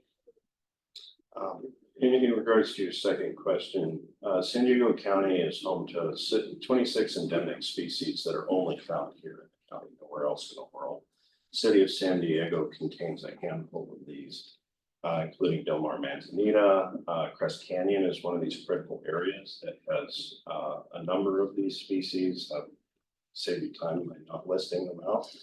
But these environments that are, really adaptable for homes and preferable for homes, especially of high value and expansive, even affordable homes, are also the same sorts of habitat that has now been lost, fertile pool being one of them. And, San Diego is one of these places that is really leading by great example to have a vernal pool conservation plan and a environmental coalition. So to protect those, I think that we are facing an extinction crisis, and we will see it here. We'll see it here hard. And most people might not recognize or realize that we've lost something like that here in San Diego County. So planning at scale is important, and restoration planning at scale is important. I think there's specialists that come into that. I would kick it to Mark in this regard, because the open space and what the Rangers are doing, especially Tecolote, with a fairly small staff and volunteer resources, have been able to do. And over many years, starting with Ranger Janice, now Head Ranger Stephen, from the Nature Center on up to what's area that it has been very well returned to native habitat. So at scale, you can see it here. Thank you. In the city's services. Thank you. And that's a really good transition to Mark. Would you be able to stay just for a bit in case there's some questions for both? All right. Cool. Great. Thanks. Thanks, Justin. Appreciate the intro. It's a great segue there. So yeah, there's based on what we're talking about, the city of San Diego is kind of a regional leader in plant conservation. We developed the rare plant monitoring program in the early 90s for about 50 different species, or 50 different locations of sensitive species across the city. And so now we have about 63 of those occurrences around the city that we monitor on a yearly basis or biannual basis, so depending on the goals of the regional San Diego management and monitoring program for that year. I'm going to share my screen real quick and just give you there's a couple slides here that I did a presentation a long time ago that kind of still holds true with a lot of this stuff we're talking about. So we have a rare plant monitoring program that we implement every year, and we do a lot of monitoring on those locations, investigations on threats, analysis. Here in all these stars and gray dots here, you can see all the locations of sensitive species that we monitor on a regular basis. And they all the way up to Lake Hodges, all the way down to the border. And like Justin was saying, a lot of these are vernal pools and endemic only to San Diego County, or San Diego County is the northmost terminus of that population, or the southernmost occurrences of those populations too. It happens. We have a lot of rare plants right around some of our most popular areas like Ocean Beach and Mission Bay. In fact, we have a plant there that is a sensitive species called Nuttall's acmaspon that we were talking about weedy species, or what makes a weed. A weed is a plant that's in the wrong place, or too many of the plants that are in the wrong place. So we actually have to manage this sensitive plant because it grows in disturbed habitats and it really enjoys kind of open sandy habitats. We have to manage that plant for our least turn nesting colonies. So it's a very fine balance of nesting, of making sure that the birds have a place to nest, and also that this plant has a place to thrive too. So we monitor every year. We have established monitoring points we go to every year, and look at the populations of those plants. We record that all that data in a dashboard that we collect years and years worth of data. And some of these populations we have data going back to the early 1990s, so over 35 years of data. And then we, assess, the one I'm showing here is just kind of an example for one of our Orcut's bird's beak, one of our sensitive species that we have. Um, and kind of we assess threats, we assess opportunities for restoration, all this stuff, and then that helps us do what we call adaptive management. So after our monitoring every year, we go back and look at the numbers, look at how the population is doing in relation to rainfall that year. We look at potential other threats. In some years it literally is just a matter of the amount of rain that we get, how successful that species is going to be. Or in some years it's inversely proportional to the rain. The more rain we get, the less beneficial it is to the species. And that's something that we wanted to track over time. So we created this data dashboard that has data going back, some of them, like I said, 30 plus years. We analyze the threats from, non-native cover, the number of plants we've seen in those areas each year. So it really can, I could present on this for 2.5 hours if given the chance. And if you're really interested in going down into a deep dive, please let me know. I'm more than happy to. This is my happy place. I love talking about our plants and animals in the city of San Diego. Um, but it looks different everywhere. We're talking about our different kinds of restoration opportunities and things like that. So one of the biggest ones we have going on right now, um, Justin mentioned Tecolote Canyon, which is an ongoing phase. They're now in site 10 of that place. So they're in multiple acres of restoration over multiple years. Also at Mission Trails Regional Park, we have a very large, a $2 million grant from the San Diego River Conservancy to manage invasive plants there. One of the largest areas being the Grasslands Loop, where we're going to try to establish more native grassland out there. Right now, it's a lot of non-native, kind of these Central European steppe grasses, bromes, and things like that are non-native to the city. But we have a lot of native grasses that are in there. They're just kind of being outcompeted by some of these warm season grasses, what we call, because they're our cool season grasses, because they're able to germinate and grow earlier than a lot of our native grasses are. So they outcompete for resources, water, light, that kind of things early in the season. So we've been controlling those, and that is an ongoing process. We're in the first year of a multi-year project out there to remove non-native habitat and restore with native habitat. And the restoration right now really it's very grim, because we go out there and we utilize, we call it integrated pest management policy, where we utilize the least environmentally impactful way to remove these species as possible. Early in the season like this, herbicide, it can be very effective, or pre-emergence can be very effective. But when we started this project, it was fall. And so herbicides are really not going to be effective in the fall, as things have senesced and kind of gone dormant for the year. But we have been able to do is reduce the biomass of seed heads. So we went out and just literally cut all the non-native plants down, removed and raked up all the seed, as much of seed and plant material as we possibly could.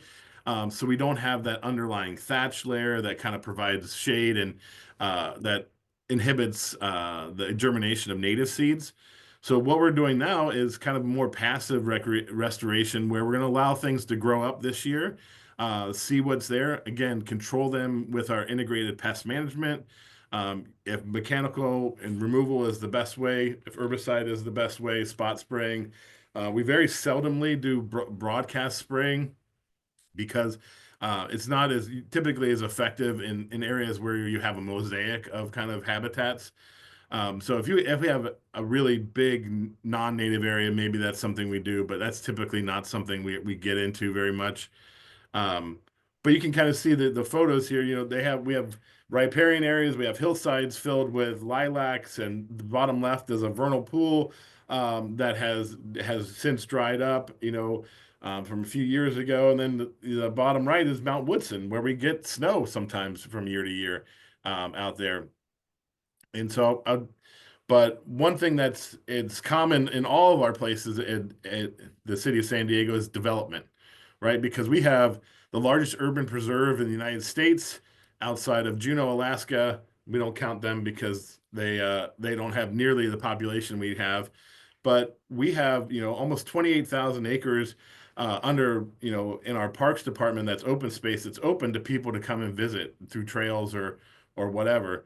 But as you see, I apologize, we just have a couple minutes left. okay.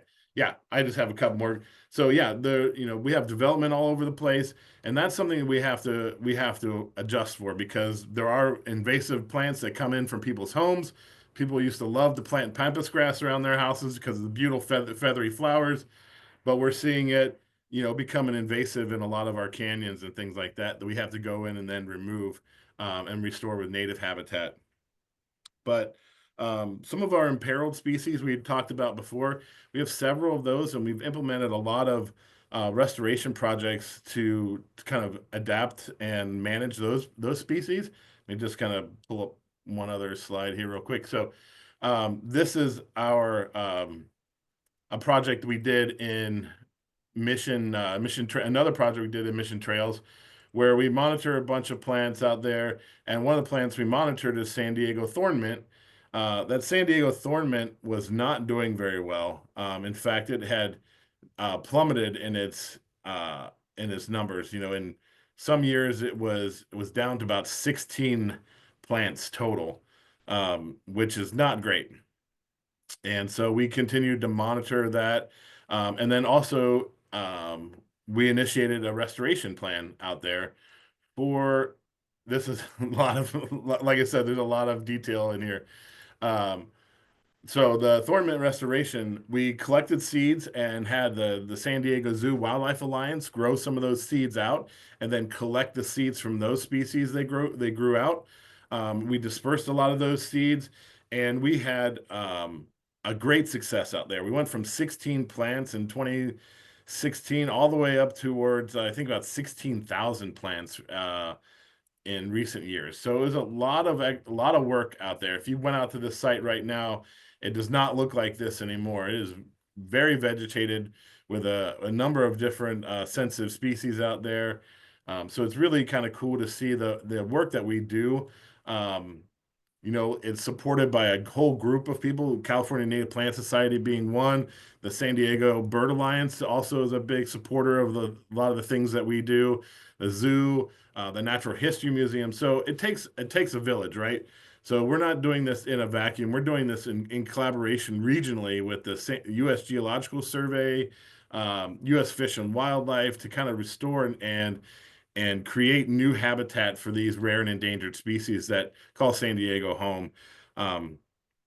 But like I said, I could dive into this really deeply if anyone else is more interested. Available for some questions here. But I appreciate the time to having a few minutes to talk to you guys about our priorities. And, we're really looking to implement these projects around, first is probably around our restoration is around areas that we can get to, we have funding for. Um, the second is probably our rare plant populations, where we focus restoration around those, because those are one of the most important places to keep in compliance with our multiple species conservation program. And then from there, we go on to other areas where we may need to branch out and restore habitat based on wildfire fuel reduction or brush management that has happened, and those kind of things. So we kind of take each project, one by one, place by place, and kind of look at it on a case by case basis, and kind of prioritize those. But in general, funding and availability of funds really is a main driver for our prioritization. And then secondarily, we're looking at rare plant populations, and then probably third on that list is looking at areas that have fuel reduction or need invasive species removal because of a giant monoculture or something like that. So, thanks. Appreciate it. I think Thanks, we- Mark. I think we have time for just one or two more quick questions.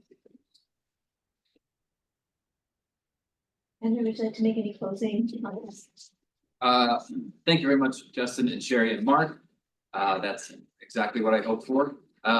Yeah, I think I would hope that as a board, the rare plants, the endangered plants, and all of the common native plants that we share the community with count as one of the things that we want our community to be resilient for. We've mentioned all kinds of reasons why those are connected to the human side of San Diego. But it's definitely one that I focus on and I think is worthwhile from a resiliency advisory board perspective. And in the future, if we can start thinking about, or I'll encourage us to start thinking about the plans and policies and funding that we would need in order to bring these into their own projects or into partner projects as well. One quick follow on from our previous speakers. We are having a wildfire panel discussion at our chapter meeting, April 15th. So we're going to be inviting local elected officials, we're going to be inviting local fire districts. But this is not a political debate, this is education. And one of the things that we are hoping to do is to dispel the myths and the misinformation that from our perspective seems to recirculate every time there's a fire. So I appreciated the previous presentation because they have the defensible space guidelines up there. We don't argue with defensible space guidelines. What we argue with is the myth that native plants are part of the problem. Right, and that's not entirely true. So there are things that you can do. You can still have plants, near your home and meet the guidelines and still be safe. And so there's things like things about oak trees catching embers, right? Okay, where is your oak tree? How close is it to your house, right? So there's a lot of details that people can look at, but in general, it's really an issue. It is compatible. Thank you very much. Very informative. And a good pairing and attention of a deputy. Right. Yeah. Very much. Yeah, thank you. And of course, both of you left some helpful materials. Yes, please feel free to just read. And thanks to the Board of Reminder for arranging our first results topic, and that's like we'll leave it one more on. I look forward to that.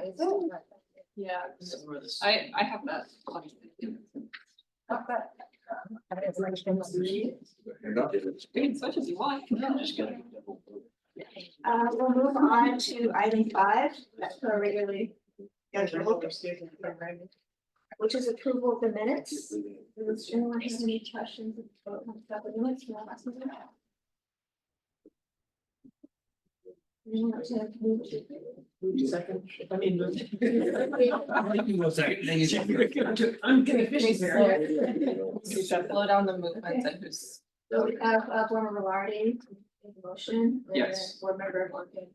Seconded. All in favor? Put your hands. Thank you. No one opposed, right? Adopted the minutes. Next, item 6, which is non-agenda public comment. Do we have anyone? So for non-agenda public comment in person, you may address the board on any matter not listed on today's agenda. Please complete and submit a speaker form if you would like to do that. If you are virtual, please raise your hand either by tapping the raise your hand button on the computer, tablet, or smartphone, or by dialing *9 on your phone. You'll be taken in order in which you raise your hand. You may only speak once on a particular item. When the chair indicates it's your turn to speak, click the unmute prompt that will appear on your computer, tablet, or smartphone, and dial *6 on your phone. Don't leave. Do we have any non-agenda public comment?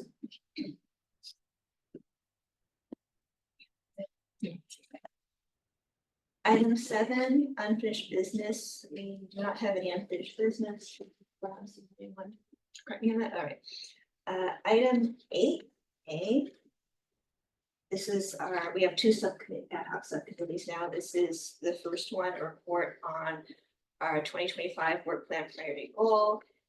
Next steps for implementation, including ways to address vacancies and build community awareness and Julia Chase, I talked about efforts that was Office of Boards Commission was doing as well. And also to discuss with the rest of the board, so November, they're gonna talk about part of that and then whatever run and then whatever the. Sure, so we had talked about, I guess, to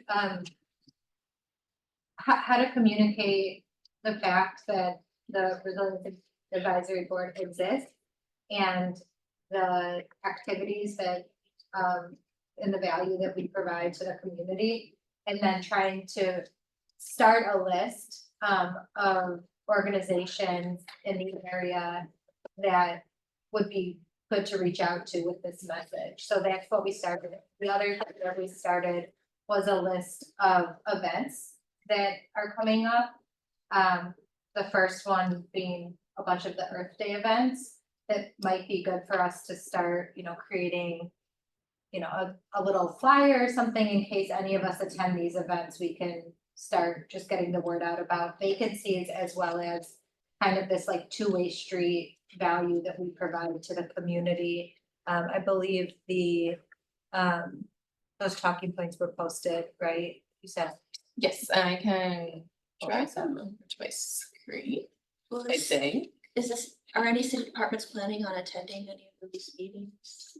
Sorry, in those community events, if you have a couple examples, I'm so sorry. Yeah, so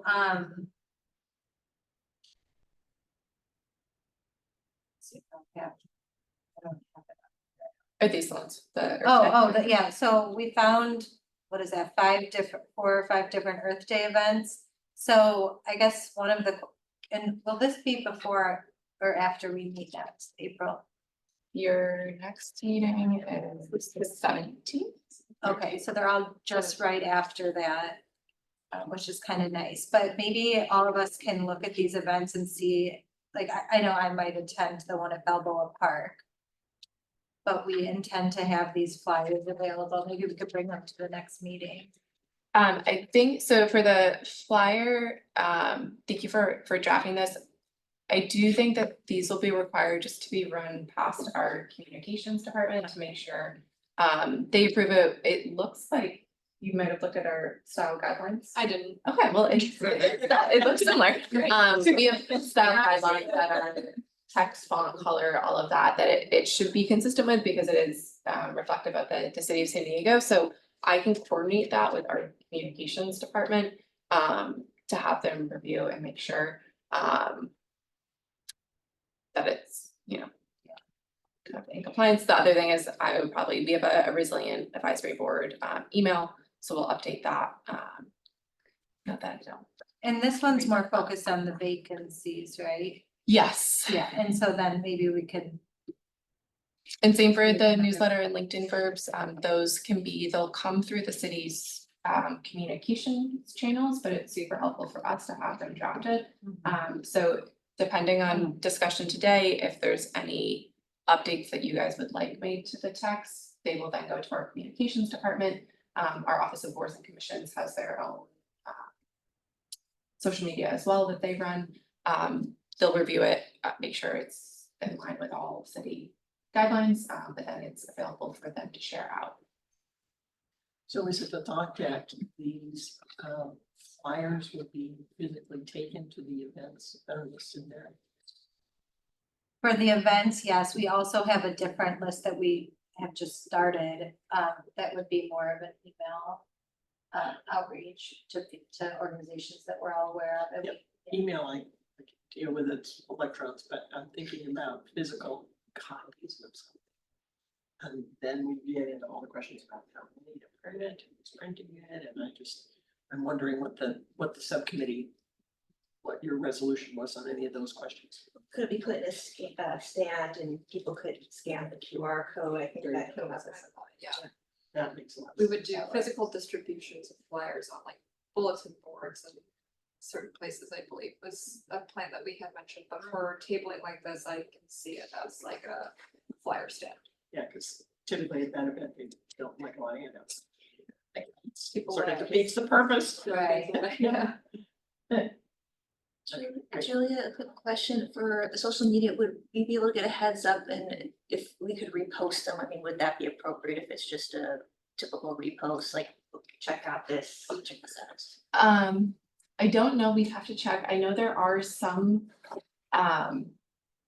cautions around social media engagement, particularly all of you commenting on social media engagement of when do you get a daisy chain effect that then violates Brown Act. So I would need to check on what that looks like in terms of distributing and guidelines so that we're not triggering anything we wouldn't want to trigger in terms of Brown Act violations. Something else I would note for the Earth Day events, I can certainly check and see if city planning is planning on attending. If we are, we can have a flyer there. But if we aren't, that is something that we'll need to consider. Do we have the ability to have staff there and use staff time for that? Printing is another thing that requires budget. We don't have an allocated budget for our boards right now, so that's another consideration of just how is it getting printed, color, type of paper can drive up a cost fairly quickly. For all of you, when you think about flyers versus if you have a digital copy that you're looking to circulate with points of contact, that is, I'd say, a different cost consideration. And as far as outreach with the email list, would we send that to, say, staff, and I don't know if it'd also be a city attorney's office to go through to see if there's any duplication with the outreach you're already doing? Yes, there's, I mean, we could look at it potentially being something that comes through the Resiliency Advisory Board email sign up list. So anyone who's signed up for updates to the Resiliency Advisory Board. If there's specific organizations that you want to reach out to, I think that's fine. It's fine for you to reach out and share a flyer and have that be available as well. So if we think of any organizations, we should ask the chair to reach out to them. To be added to the list. Yeah, I think I would say if the ad hoc committee's only met once, I would maybe do that as an action item for all of you of sending a point of contact within the ad hoc committee organizations that you want to share about the Resiliency Advisory Board so that it can be one comprehensive list, and that way too Cynthia's email isn't getting pinged at a whole bunch of times for her to have to try. That actual spreadsheet link, we can't like all have access to a link if we're not on the committee, that's not allowed. It's better to have. Yes. Yeah, that's probably accurate. Please Okay. send everything, Yeah, if you do something, just send everything at once. Okay, no problem. Yeah, we could send like the categories so that you could fill it in and it's just copy paste into there. The other thing about this flyer, this is we said it's mostly focused on. It's getting to join it for vacancy, but I don't know if it should be a separate communication or what, but I think we also just need to have one just on awareness and how to engage with the Resiliency Advisory Board without becoming a seated board member. I just want to I recap think where it should be the same. we are so far, because next steps could all be one action. Yeah.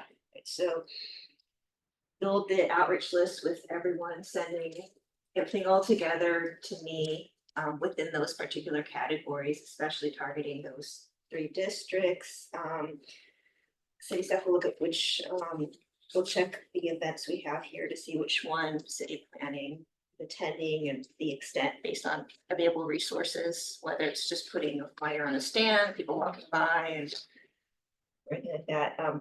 Any flyers have to go to the city's communications department, mention updating email, checking if reposting is okay, and potentially another flyer on outreach. So those are all the action items we're considering. Was there anything I missed or anything else you had? Just a question, clarify, what do you mean by flyer and outreach? Flyer, just like a general engage with us kind of flyer, like a What is the resiliency Yeah, what advisory is it, board, and how can why you- we should get involved? Yeah, So- in a non-board seat manner. Okay, and so then the organizations that we're sending to you, they'll get an invitation about joining a list? For I the don't one, think you can just add No, them I to the think list. I think the general flyer is more for just broader outreach, not necessarily targeted outreach to organizations, just like.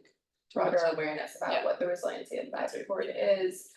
You could direct them to the website where all the meeting minutes, agendas, recordings are, duties, your bylaws, your work plans. I would also direct them to sign up for the email list. That's the best way to stay up to date on upcoming meetings, when meeting materials are posted.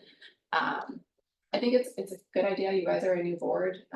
Climate Resilient SD in general is still a fairly new plan for the city. You're replacing the Wetlands Advisory Board, so I think, sharing about what the board's purpose is and kind of getting word out there that this. Yeah, makes I'm not sense. debating the rationale for it, Yeah. I'm just trying to clarify and The understand what the logistics. process is. And I think if I understand what you're saying, that it's a one-shot email sent to them with an invitation to sign up for an ongoing, the email list that the city runs. Okay. and the targeted outreach would be for those organizations on the list that the ad hoc subcommittee is building with, you see some wording here, you probably wordsmith, but essentially to ask for their assistance to among their memberships to recruit for the vacant board seats. Julia, is there like a branding guide available publicly that I can? Yes, if you search visual style guide, City of San Diego, it tells you all that you need to know. I'll just do that before we send it out, that way, send it back to me. Any questions or feedback? Brief comment, I think this is great. It's a credit also for designing it. I forgot to add the picture of somebody in nature, particularly children. I'll have to add that for you better. We try to go for the heartstrings. Oh, with a bird. Oh, yeah, Yeah. The bird on your shoulder. bird and a And a child. native plant. But not a parrot. So, A great parrot up in a palm tree.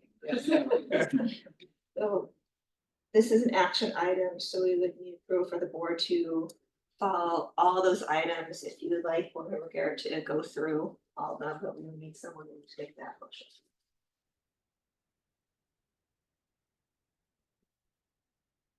I'd be willing, I wasn't tracking everything.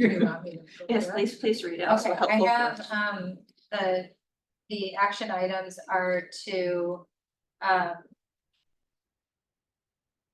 communicate, okay, the action item is to choose a point of contact, which I think we decided is Chair Harris for building the outreach list, so in case anybody else has organizations to contribute, they could send it to her. City staff to check on resources and plans to attend any of the events and check social media rules for reposting. And then for board member Gong to create a new flyer on general engagement and to check branding guidelines and update the flyer on vacancies. And also for me to actually send out the emails, the contact list. Oh, okay, That's implied, just to, okay, yes. and it'll be ready to go. Move approval of everything mentioned. Second. All in favor? None opposed, I see, everything honest. Make sure you got the. And just to clarify, before you send out the emails, if you want the flyers in the email, Yes. they'll have to go through me to the communications department for approval. Order of operations, they get all the. So Okay, so we have item 8B, which we'll turn over for report from the second ad hoc, or actually it was the first created, but on priority goal number 2. Sure, thank you. So I'm gonna give an overview and the members can also provide their feedback. So what we provided is a draft work program for the priority goal number 2. a couple of things on how we structured this. Is first, I think one of the things that at least I struggled with this committee is there are so many different paths that we can go down. And we really can pick any of those paths to move forward with, but we can't pick all of them. And so what we tried to do is structure this to be, here are some different approaches and options to move forward, to focus on at least the first ones to go down.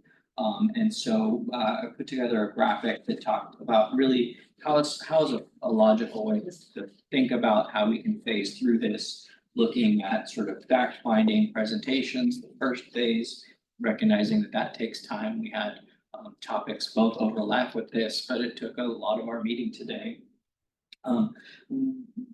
Given those presentations, there'll probably be additional areas where we want to do more research, more fact finding, and then finalize recommendations.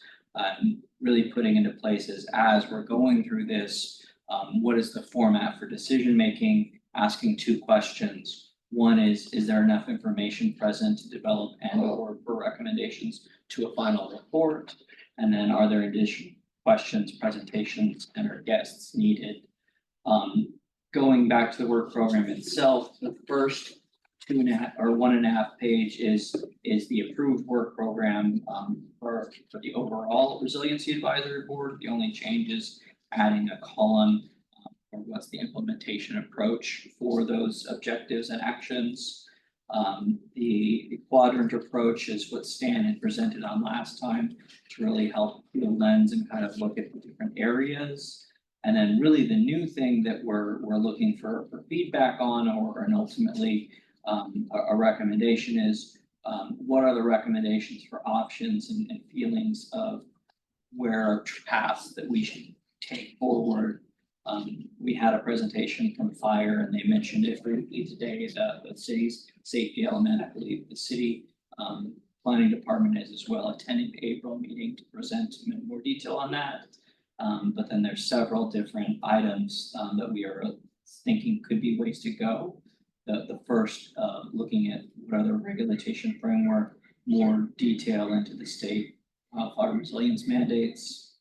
The second being looking really at the infrastructure and built environment, the energy and grid resilience. The third being natural landscape management. And then the fourth, looking at what could a potential outreach program taking some of these or looking at looking into more details be there for. So just channeling concerns with the Brown Act.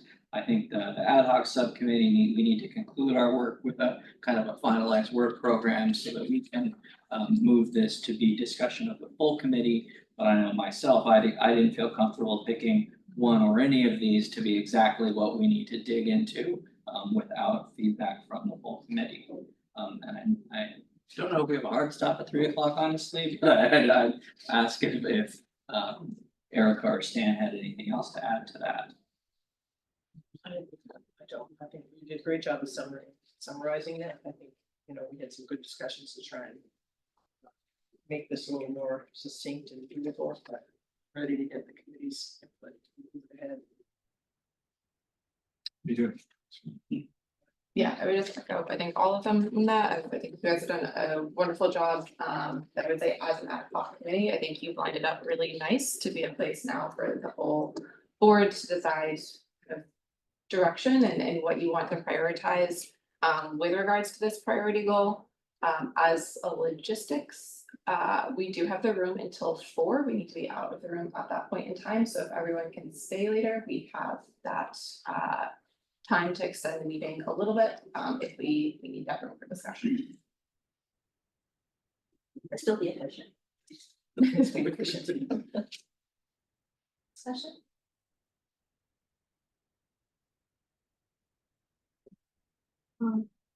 Understanding is we would look at these ideally, see if there's one of these items that to focus on as a board.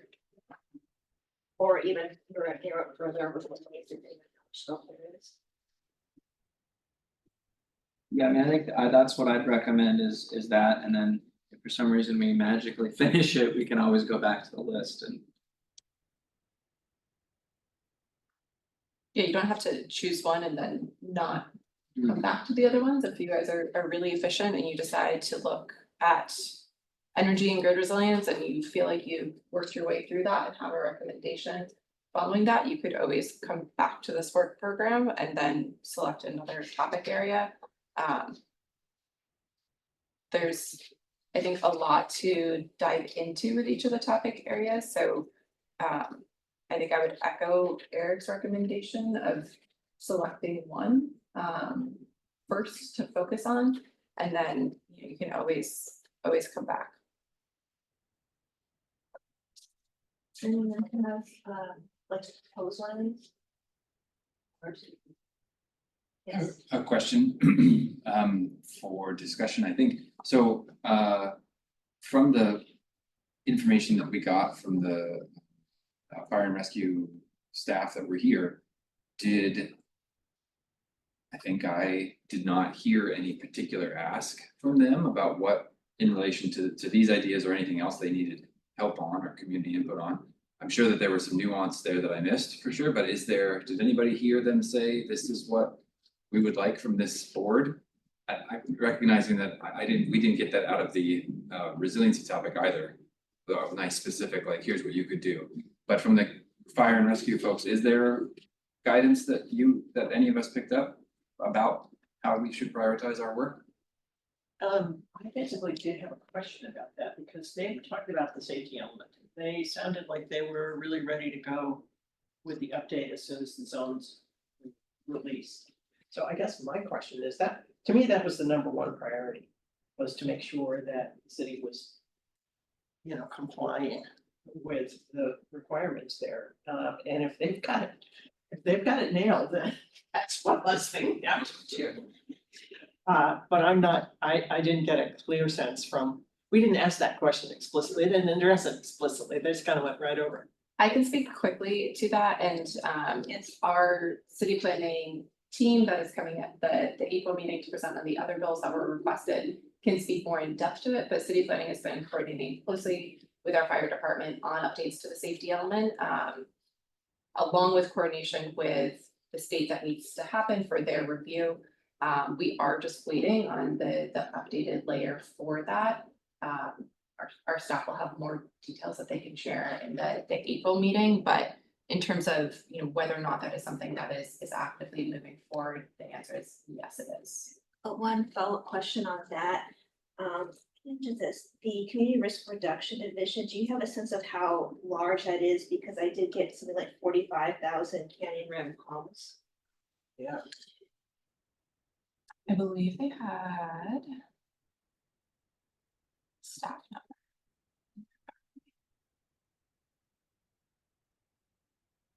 It's very difficult to get to every one of them on a regular basis.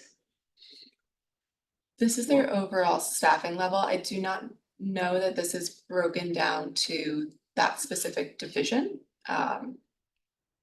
If you wanted that information, we can certainly request it of them. Oh, yes. Well, I two comments to build on that if appropriate. I think one is, yeah, I did hear them mention the safety element and I think the presentation will be great. I think that could feed with that is where we go or not go and spend our time on it, maybe depending on that presentation next month. Going back to what sort of their ask was, I do think they were at least politely saying that they have asked city council for positions to help them implement that. So I don't know if they necessarily came out and asked us to support that or if it was necessarily appropriate for them to ask us to support that.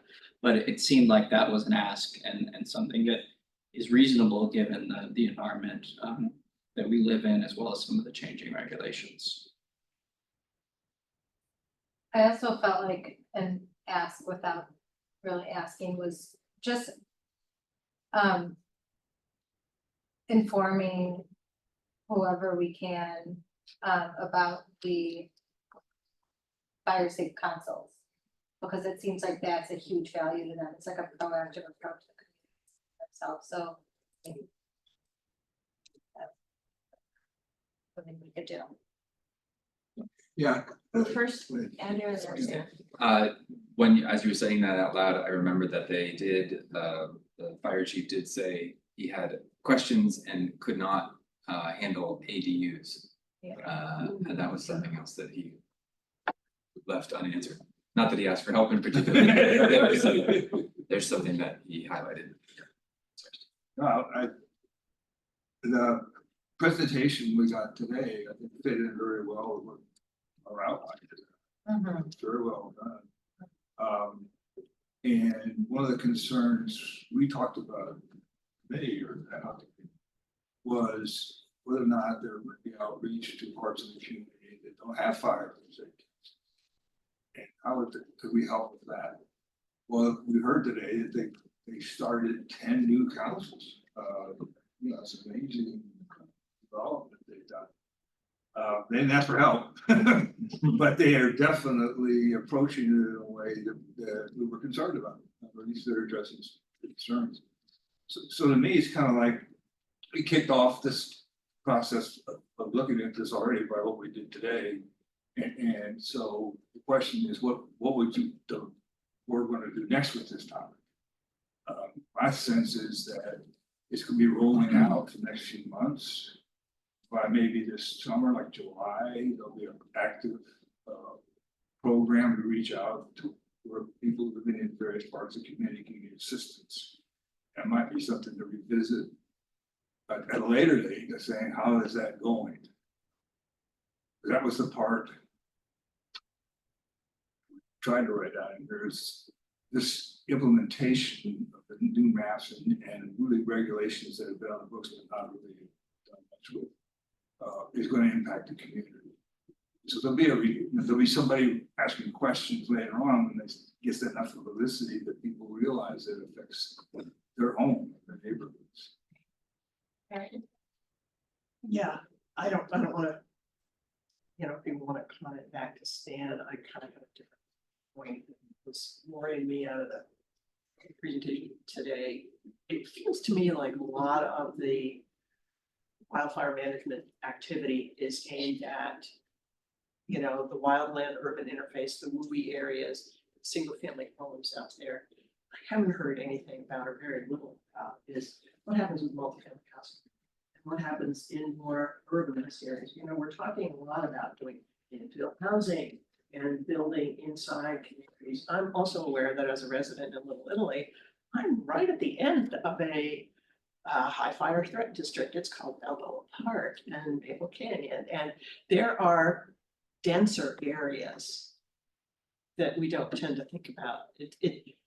They seem to be not getting treatment here, and I'm not saying that's wrong, because obviously you're going to spend 90% of resources where 90% of the need is, probably, or something like that. But I worry about a potential gap when it comes to the urbanizing and fill areas or dense areas.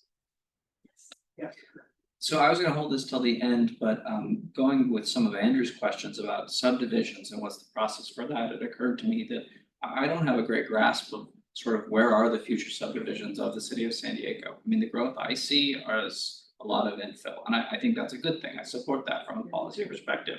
But as part of the presentation, maybe next week or next month, could we get some information on sort of where are there future subdivisions planned, and if they do or don't? I mean, my assumption, right or wrong, is that sort of anything that's undeveloped now is probably going to be high fire hazard area. But kind of, is it something that is occurring pretty, or is it kind of the extent built out just and it's filling in? The other thing while I'm on it is, I think it'd be interesting to see if there's a way to get an overlap of those neighborhoods with the climate index, to see how many of those neighborhoods that only have one way in or out are in the areas that are climate impacted. So overlay of the AB 2911 and the climate equity index map. Yes, that's what I meant to ask. We can definitely provide that by April. For the presentation on future subdivisions, I'll have to confirm staff to present on that. Certainly we can present at some time. I think also Blueprint SC, which was the update to the general plan, is really how we're looking to meet our housing goals, meet our climate goals. That's really the kind of guidepost for where we're looking to develop. Going forward, it's different than future subdivisions, but it might be a nice complement to that presentation. There's one related one to combine both Andrew and Eric's question. How does the city track where ADUs are? Is there, Perfect, so that's beyond my particular scope, it's all of them are permitted.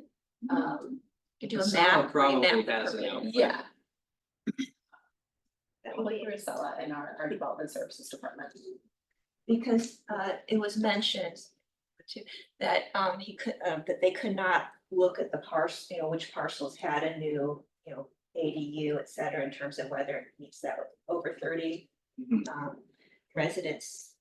But it seems that another department would have that, so I don't know if there's a way to merge the two of them. I think our latter is not permanent, is what they're saying too. That's true. true. Map of the responsible ADU. Yeah. I mean, I think you had a question. Well, I'm a little lost on if like the relation of this conversation and how we can help them with the action item. Is that related? Cause I had a thought to weigh in on which of the things to prioritize. Was that what we were trying to decide? Well, I think that's where we started. Okay. We kind of went on a few different tangents, and one recommendation just to put out there is Yeah, maybe we need to hear these other presentations in April yeah. to then decide, do we want to continue that route or do we want to shift to one of the other options? But I think it's the full board's decision. Yeah, please share any thought. Yeah, no, because I mean, the one on the energy and grid resilience, I think could be an interesting first place of focus, if that's what's being asked of us, because currently in the energy space, especially when you talk about grid resilience and start talking about microgrids, a big part of that is battery energy storage systems, stationary systems, and as I'm sure you've heard, there was a couple recent fires here in San Diego with battery energy storage systems, so there's a big effort, and I could share articles for next time on what's going on. There's in Poway and different jurisdictions around here, there's a lot of conversation around updating the codes and standards for installing those, which directly affect the ability to install these types of microgrids.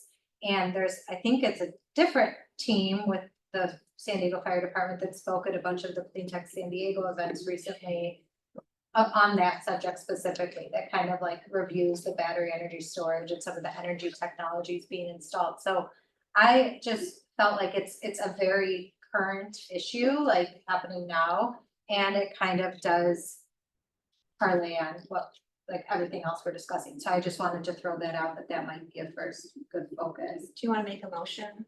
Well, I can just build on that a little bit. I have a concept presentation coming up in June. It's gonna be on energy, and my thinking was, depending on where this conversation went, what this group wanted to do. If we focus our time on, doing the safety element or some of the other things that are kind of higher priority subgroup, I can take some of those energy related topics and have presenters on them in June. And that would be one, another option. Sure. That dealing with that particular topic, that's a subway we want to go with it, but there's so much to cover under energy that, rates for storage is kind of a small piece of it, although it's definitely a piece of it. And it's a piece of it very related to the wildfires. To fires. So to piece together the conversation, actually, Eric, would you like to give a try to pull these? It seems like there's so far an interest in more of this infill urban where there might be an unmet need, multifamily ADUs, et cetera. Does that sound about accurate for the conversation? I mean, I think there's kind of three different tracks of conversation. One is continuing to hear the presentations we have next month from city planning. One is kind of understanding where the growth is and how that maybe relates to kind of some of the urban infill. Third, kind of a desire to go into the energy related aspect option. I could bring up a fourth, but no, just. So So it sounds like we could do all 1, 2, or 3 of those? Or are you? Or hold proposing- off is the fourth option? Well, that would be the first one, I think. Oh, is that the first option? Okay, great. If you could rephrase that, restate that, I should say. Well, I think we could do 1, 2, or 3 of those things. I think we are already, I think, have a full agenda for April, if I'm recalling correctly. Yes. So I think we could revisit whether we want to continue down that path or maybe shift to energy. But I think Erica suggested as that even if we don't shift fully to energy as part of the wildfire topic, we can include it as one of our resiliency topics. Well, so I thought that Andrew's discussion of what the resiliency topic was brilliant, which is to say it's not necessarily something on our immediate priority list for 2025, but is something we need to understand, know more about, and plan for in the future. And that parallels my thinking about where we're going with the energy topic, because it wasn't necessarily getting immediate attention in 2025. However, there is a lot to be discussed there and many subshoots of where energy could fit into a resilience agenda. And I wanted to use my June timing to start queuing up some of those things. So I had anticipated moving it into storage and wildfire so much as some of the microgrid topics, which we are on their priority list. So I take and agree with your suggestion that we wait till after the April presentation to figure out if we need to go any further on the safety agenda, because my sense is that safety element is a really high priority. Recommendation that I would personally support is make sure the city is in compliance with all of that. And then see where that takes us with regard to some of these unmet needs, infill and APUs, both of which is kind of are very apparent to me as of these presentations, that these are areas that I certainly think deserves some attention, and maybe there are recommendations that this group could formulate after we learn a little more. So that would be fitting with April. So after April, decide whether to go forward with implementation of the city's implementation. Whether there's anything more under our item 1 here on this report, on our work plan, our wildfire work plan, that needs to be done, because this may be handled. The regulation framework, general plan safety element update. Correct. Right, yes, perfect, yeah, okay. So wait till until April, we could put as an action item on the agenda after the presentation, of course. Right. Whether we want to take action on item number 1 of this work plan and or focus on the topic of infill development. Is that accurate? Or basically, yeah. Yeah. Want to make a motion or discuss further? Absolutely. So on the ad hoc subcommittee's work plan, which is super useful. The thinking that you 3 had was that we'll gather information for something like 3 to 4 months. Eric, you talked about this. We'll do our own research and discussion for 2 to 3 months-ish, and then by the end of this, any or each of these prior whatever we're calling these 4 options that are in the plan would get to something where we have some recommendations to share with the city. I think the first part of what you said, I would agree with. I think we're not necessarily thinking that we would get through all 4 of these things over the next 12 months. Right. These are options and paths to go. I think we can change and continue to talk. In my opinion, I think the most important thing that we ask, and I think we should start by asking the end of the next month's meeting, is do we have enough information to develop recommendations? Or do we want to go further in these, or do we want to ask for more information for that?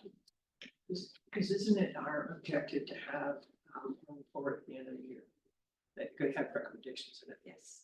So to my way of thinking, these 2 areas that have popped up today with regard to infill and use are like leading contenders for possible areas where we might have recommendations by the end of the year. Not that we will, but that's how things emerge from these conversations. So just to, nail down that thinking then, or what does the board do? if we could still follow this process on the safety element thing, idea, that even if we learn next month that the city has a lot of leadership and a lot of resources, we could follow this process through and figure out relatively quickly that our best use is the outreach and sharing of those resources that already exist. And we would have gone through the fact-finding, research and development, and the recommendation that end of the year could be the Resiliency Advisory Board should share at all of our events and share on our website the safety element updates that just came out from the city in 2025. That's a potential kind of trajectory. So we could do that even if there's not much added information that is needed on that particular opportunity. Sorry, that helps me figure out kind of what actions we've taken. I would make a motion that we follow Eric's first suggestion, that we don't pick one of these 4 options at the moment, but wait until the April presentations to know whether, in particular, the first option about the safety element is one that we should adopt and focus on for the remainder of the year.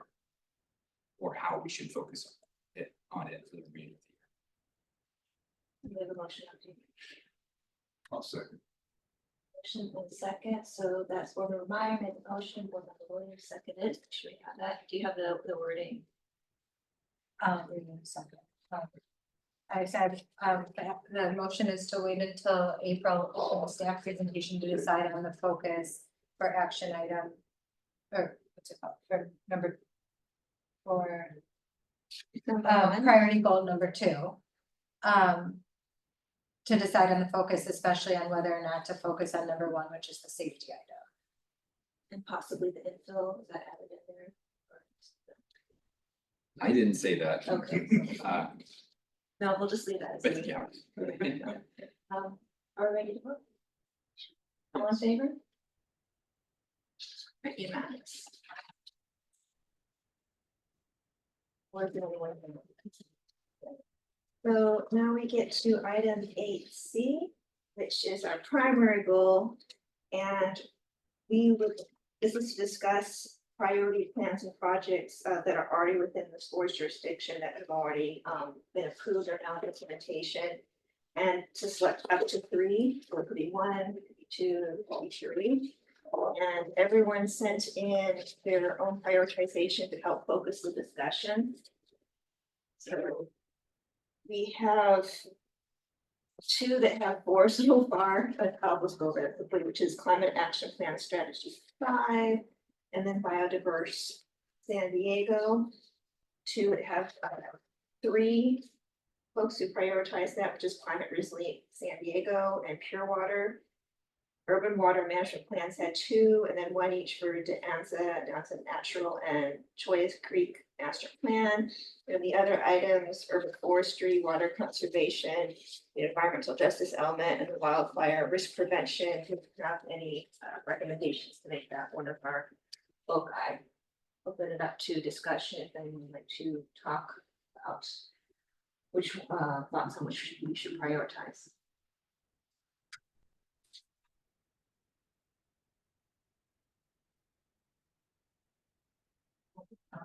If you just were to list the top 3, I don't. Well, we have a top 4. We definitely have a top 2, which is Climate Action Plan Strategy 5.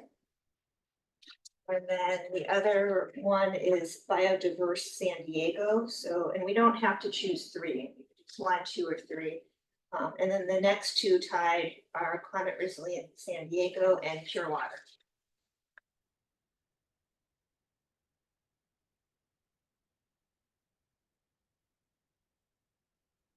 Any thoughts? Anyone have strong feelings on any of these? Prioritization, well, makes sense, is it came out a good place. I'd be willing to go for the top 2 and then make the 3rd. I just picked it. It's like we have a lot going on. Right, Maybe the cap is like pretty. yeah. It's gonna take a while to get there. So, Fortunately, only strategy 5, only in airport. oh yeah, you're right.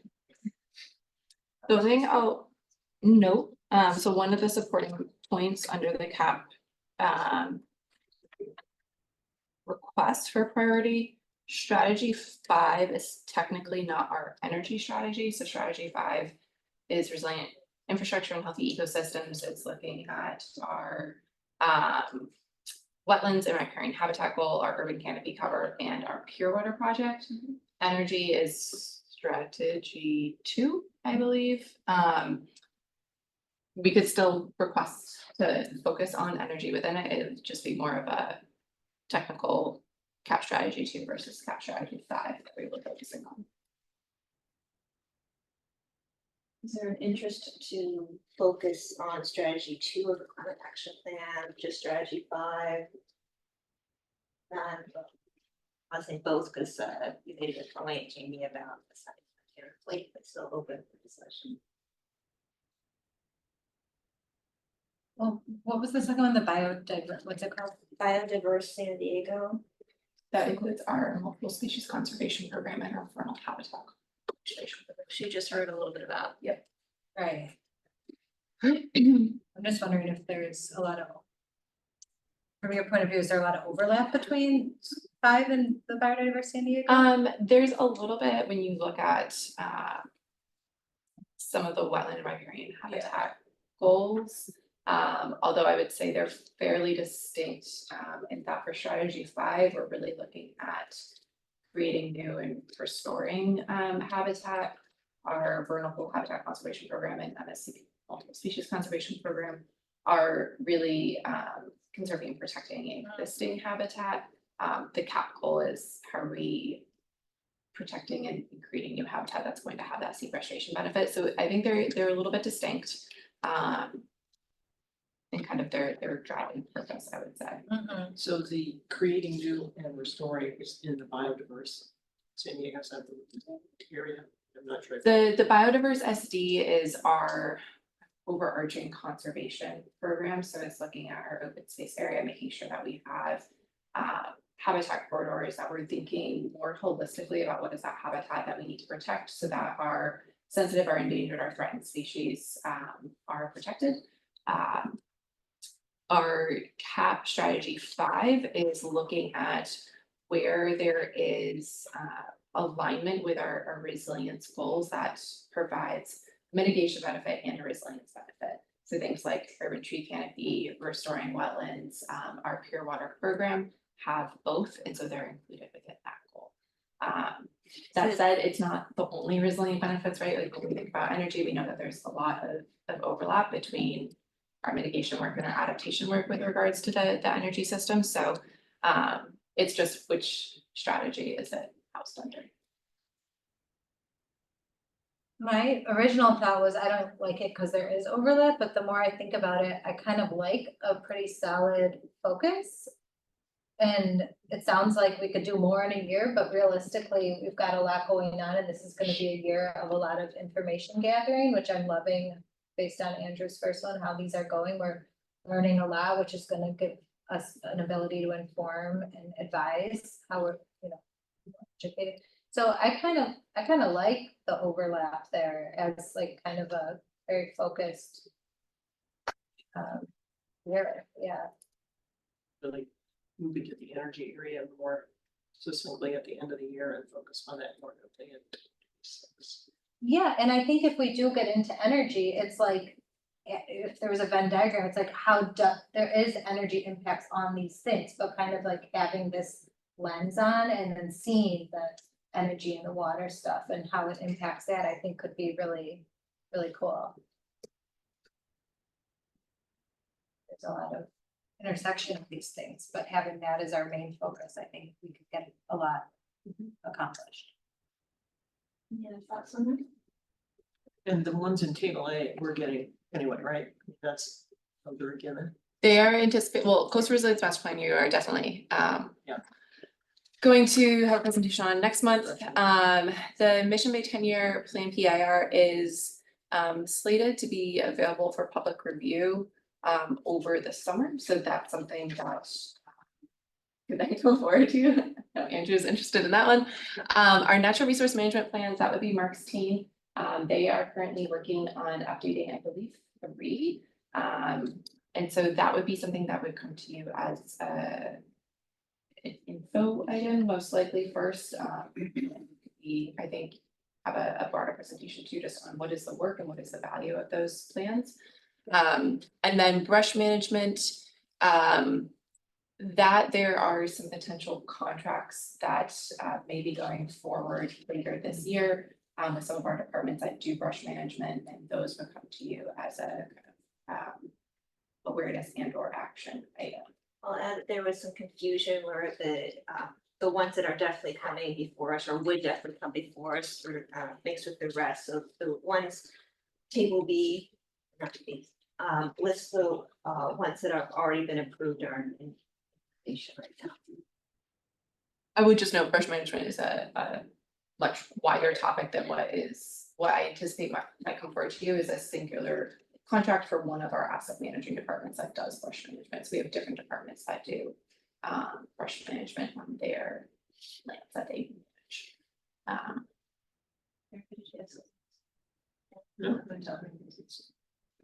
Thank you.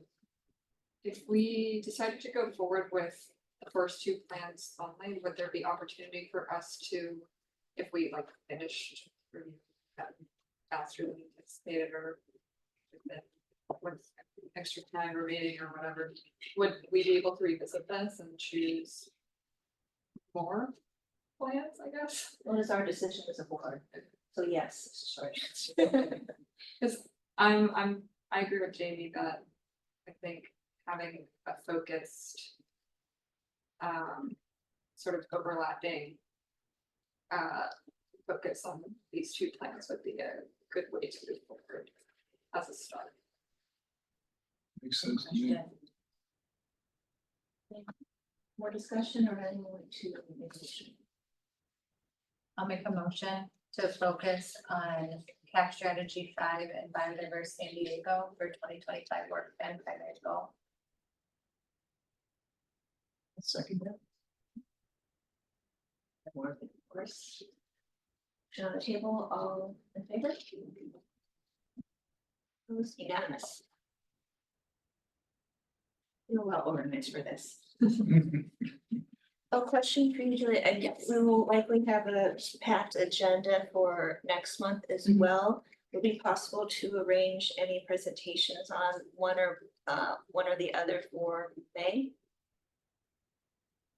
For the CAP strategy 5 or the biodiversity work program? Yes. Yes, I can work on that. And we all have links. I think that the biodiverse San Diego is there's many pieces of that. So which portions would we be looking at? I looked at the website and of course you had the different plans you mentioned, but there were many components of There's them. 2 primary plans. Let me see if I can figure out my mouse here. The first is our multiple species conservation program. That we have a sub area plan that is part of the county's larger plan. So this is the webpage just to orient everybody. These are Say that picture right there, it's got to be the world's cutest. isn't it? It's I know. That's how we win everybody over. This will bring you, so we have 2 interactive maps that show you where our MHPA is, our protected habitat, and where our vernal pools are. Links to development regulations regarding our conserved lands as well as our open space program. And then links to the MSCP program and the vernal pool habitat conservation plan. That just brings you further down into the webpage. Within those, there's drop downs. So this is the city's plan can be found here, broken up into multiple documents, as well as our implementing agreement with the state and federal wildlife agencies. We have our monitoring program. And then all of our annual reports. I think our annual reports are a really nice place to start. Yeah, to understand what we're doing. Sounds like the biggest 2 are the MSCP with San Diego's chunk within that, Yeah. and then the vernal pool. Yes, biodiversity is basically the overarching program for those 2 plans. And then there's our vernal pool habitat conservation plan, same thing, we have annual monitoring and management reports, as well as the actual plan document itself here. So that gives us folks time, since we'll be reviewing the coastal, Resilience master plan. yes, I want to get all that right. CRM, yeah, let's go with that. Next month, which will take up enough reading time. So that gives us all time to look at those other parts, the chunk that we're taking out of biodiversity and as well as strategy 5.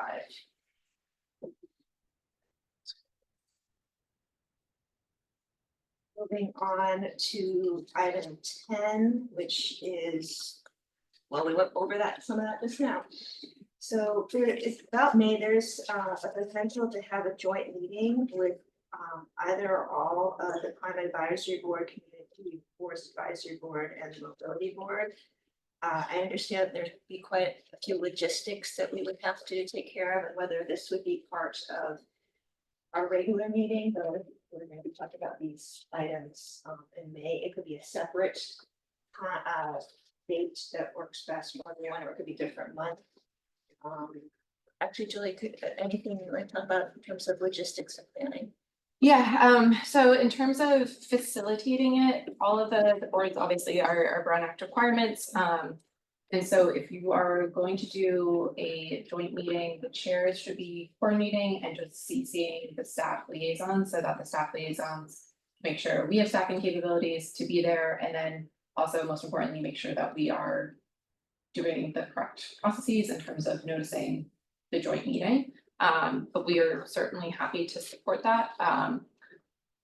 I think logistically, May seems a little bit soon to coordinate 4 boards if you want to have 4 boards meeting. But we can certainly try to make it happen if May is the target.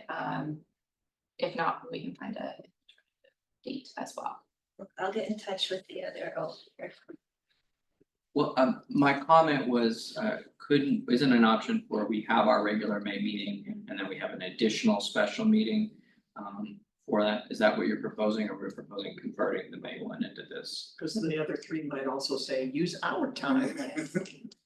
It's more about the boards chairs getting together with staff and figure out what are some feasible dates, and then figure out what is feasible about what has form, even if it's actually. Yeah, I think the step today would be, do you guys want to have that joint meeting? And then the next step would be for the chairs and the staff liaisons to get together and figure out when does that happen. I guess my follow-up is I think we should have the joint meeting, but I think we should, as much as possible, try to have our regular meetings, because we have so many meetings, so much information to go over. My sense is that it's too early to have that's kind of a joint meeting in terms of us knowing where to meet and how it relates to those other committees. I can't think what the topic would be that we would have a meeting to discuss. My sense is it's just a little bit too early. I agree we should have it. I can communicate that to the other boards about looking at later in the year, a sense from this entity, a general feeling toward June, July, August, September, October, etc. So we're gonna have quite a few recommendations to go through at the end of the year. Weren't we supposed to have a joint meeting in October anyway? Is that something In your work plan, you had a proposed joint meeting with the Climate Advisory Board in October. That's. To me, that works fine, because that's the board that we, I think, have the most immediate overlap, but not that we won't have with these other 2 at some point, but I agree that it's kind of early to know what that point is. Now, there is potential overlap with, say, the Community Forest Advisory Board and wildfires, so it could be joint meetings separately. That's an option too. So I interrupted you, Jamie. No, I think when we do our annual report, is that what it's called? That's October, right? Yeah, we will be working on it then. Do they also do annual reports? I feel like it could be a cool joint meeting to present that. To do that after we all have our annual reports and share that. Yeah. It's a good idea. go back to the work plan to see if it was actually approved or adopted in November. Go back to the work plan.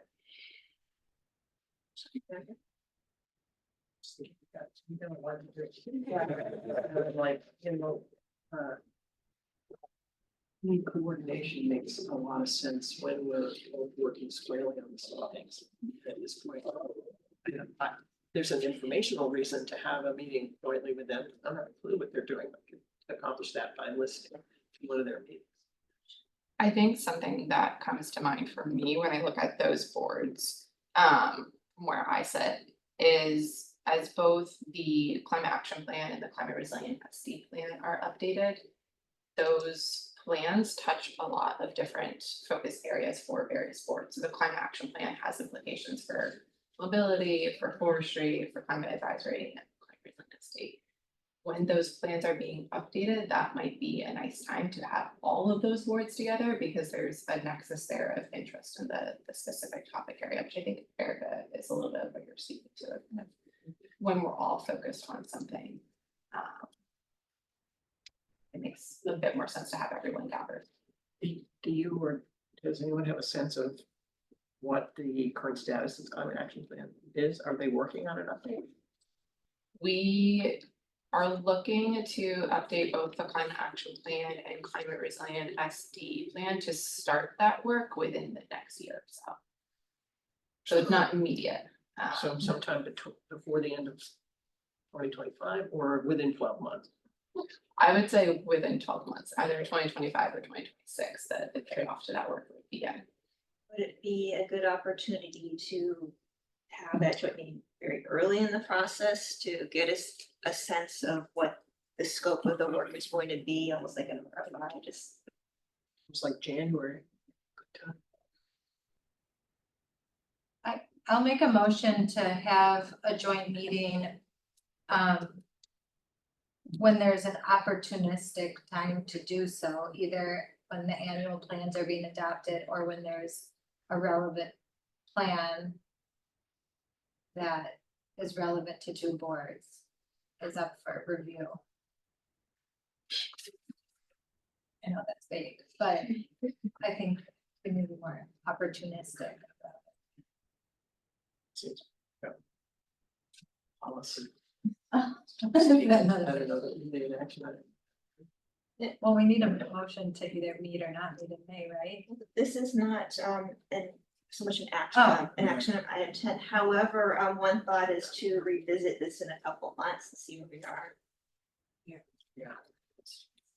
Put it on the June agenda again. Okay. Cynthia, can you reach out to the other chairs and see what they're thinking about? Have they expressed interest in a joint meeting? Do we know that? Yes, it was originally CAB that expressed interest.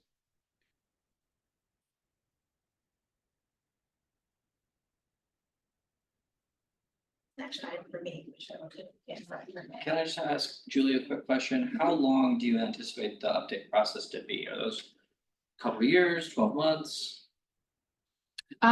Some of it is funding dependent, so we will likely be seeking grant funding to support both plan updates. So you get funding for everything all at once, it makes that maybe a little bit of a tighter timeline. For both of these plan updates, we do anticipate doing a lot of community outreach and engagement. We did that for the previous update and the development of climate resilient SD. So I do think that there's a good portion of that planning timeline that will be community engagement. I would say no less than a year, but potentially longer. Any other discussion? The last item 10B is rescheduling June 19th because that's a holiday. So we could look at other Thursdays that month, the 2nd or the 4th potentially. The second Thursday is the 12th, that is environment committee, so I would suggest the 26th. I will be out of office the 26th. The weeks of the 16th.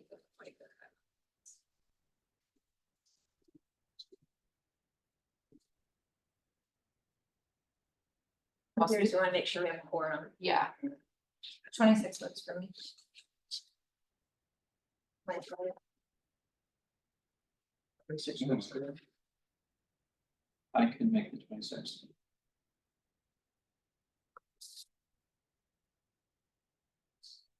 fire. Hope to be on vacation, but I don't have any plans yet. Be there on the 26th. You know about June? I don't know, is vacation an excused absence? No. It's an excused So we absence. would also need to see if board member Clamp that could make that up. Julie, would it be easier just to, via email, do a poll? Yeah, we can do doodle poll. That way people could check with their supervisors and their family members. Is there something that we didn't hear about? Oh, I just got the tickets, so. All right.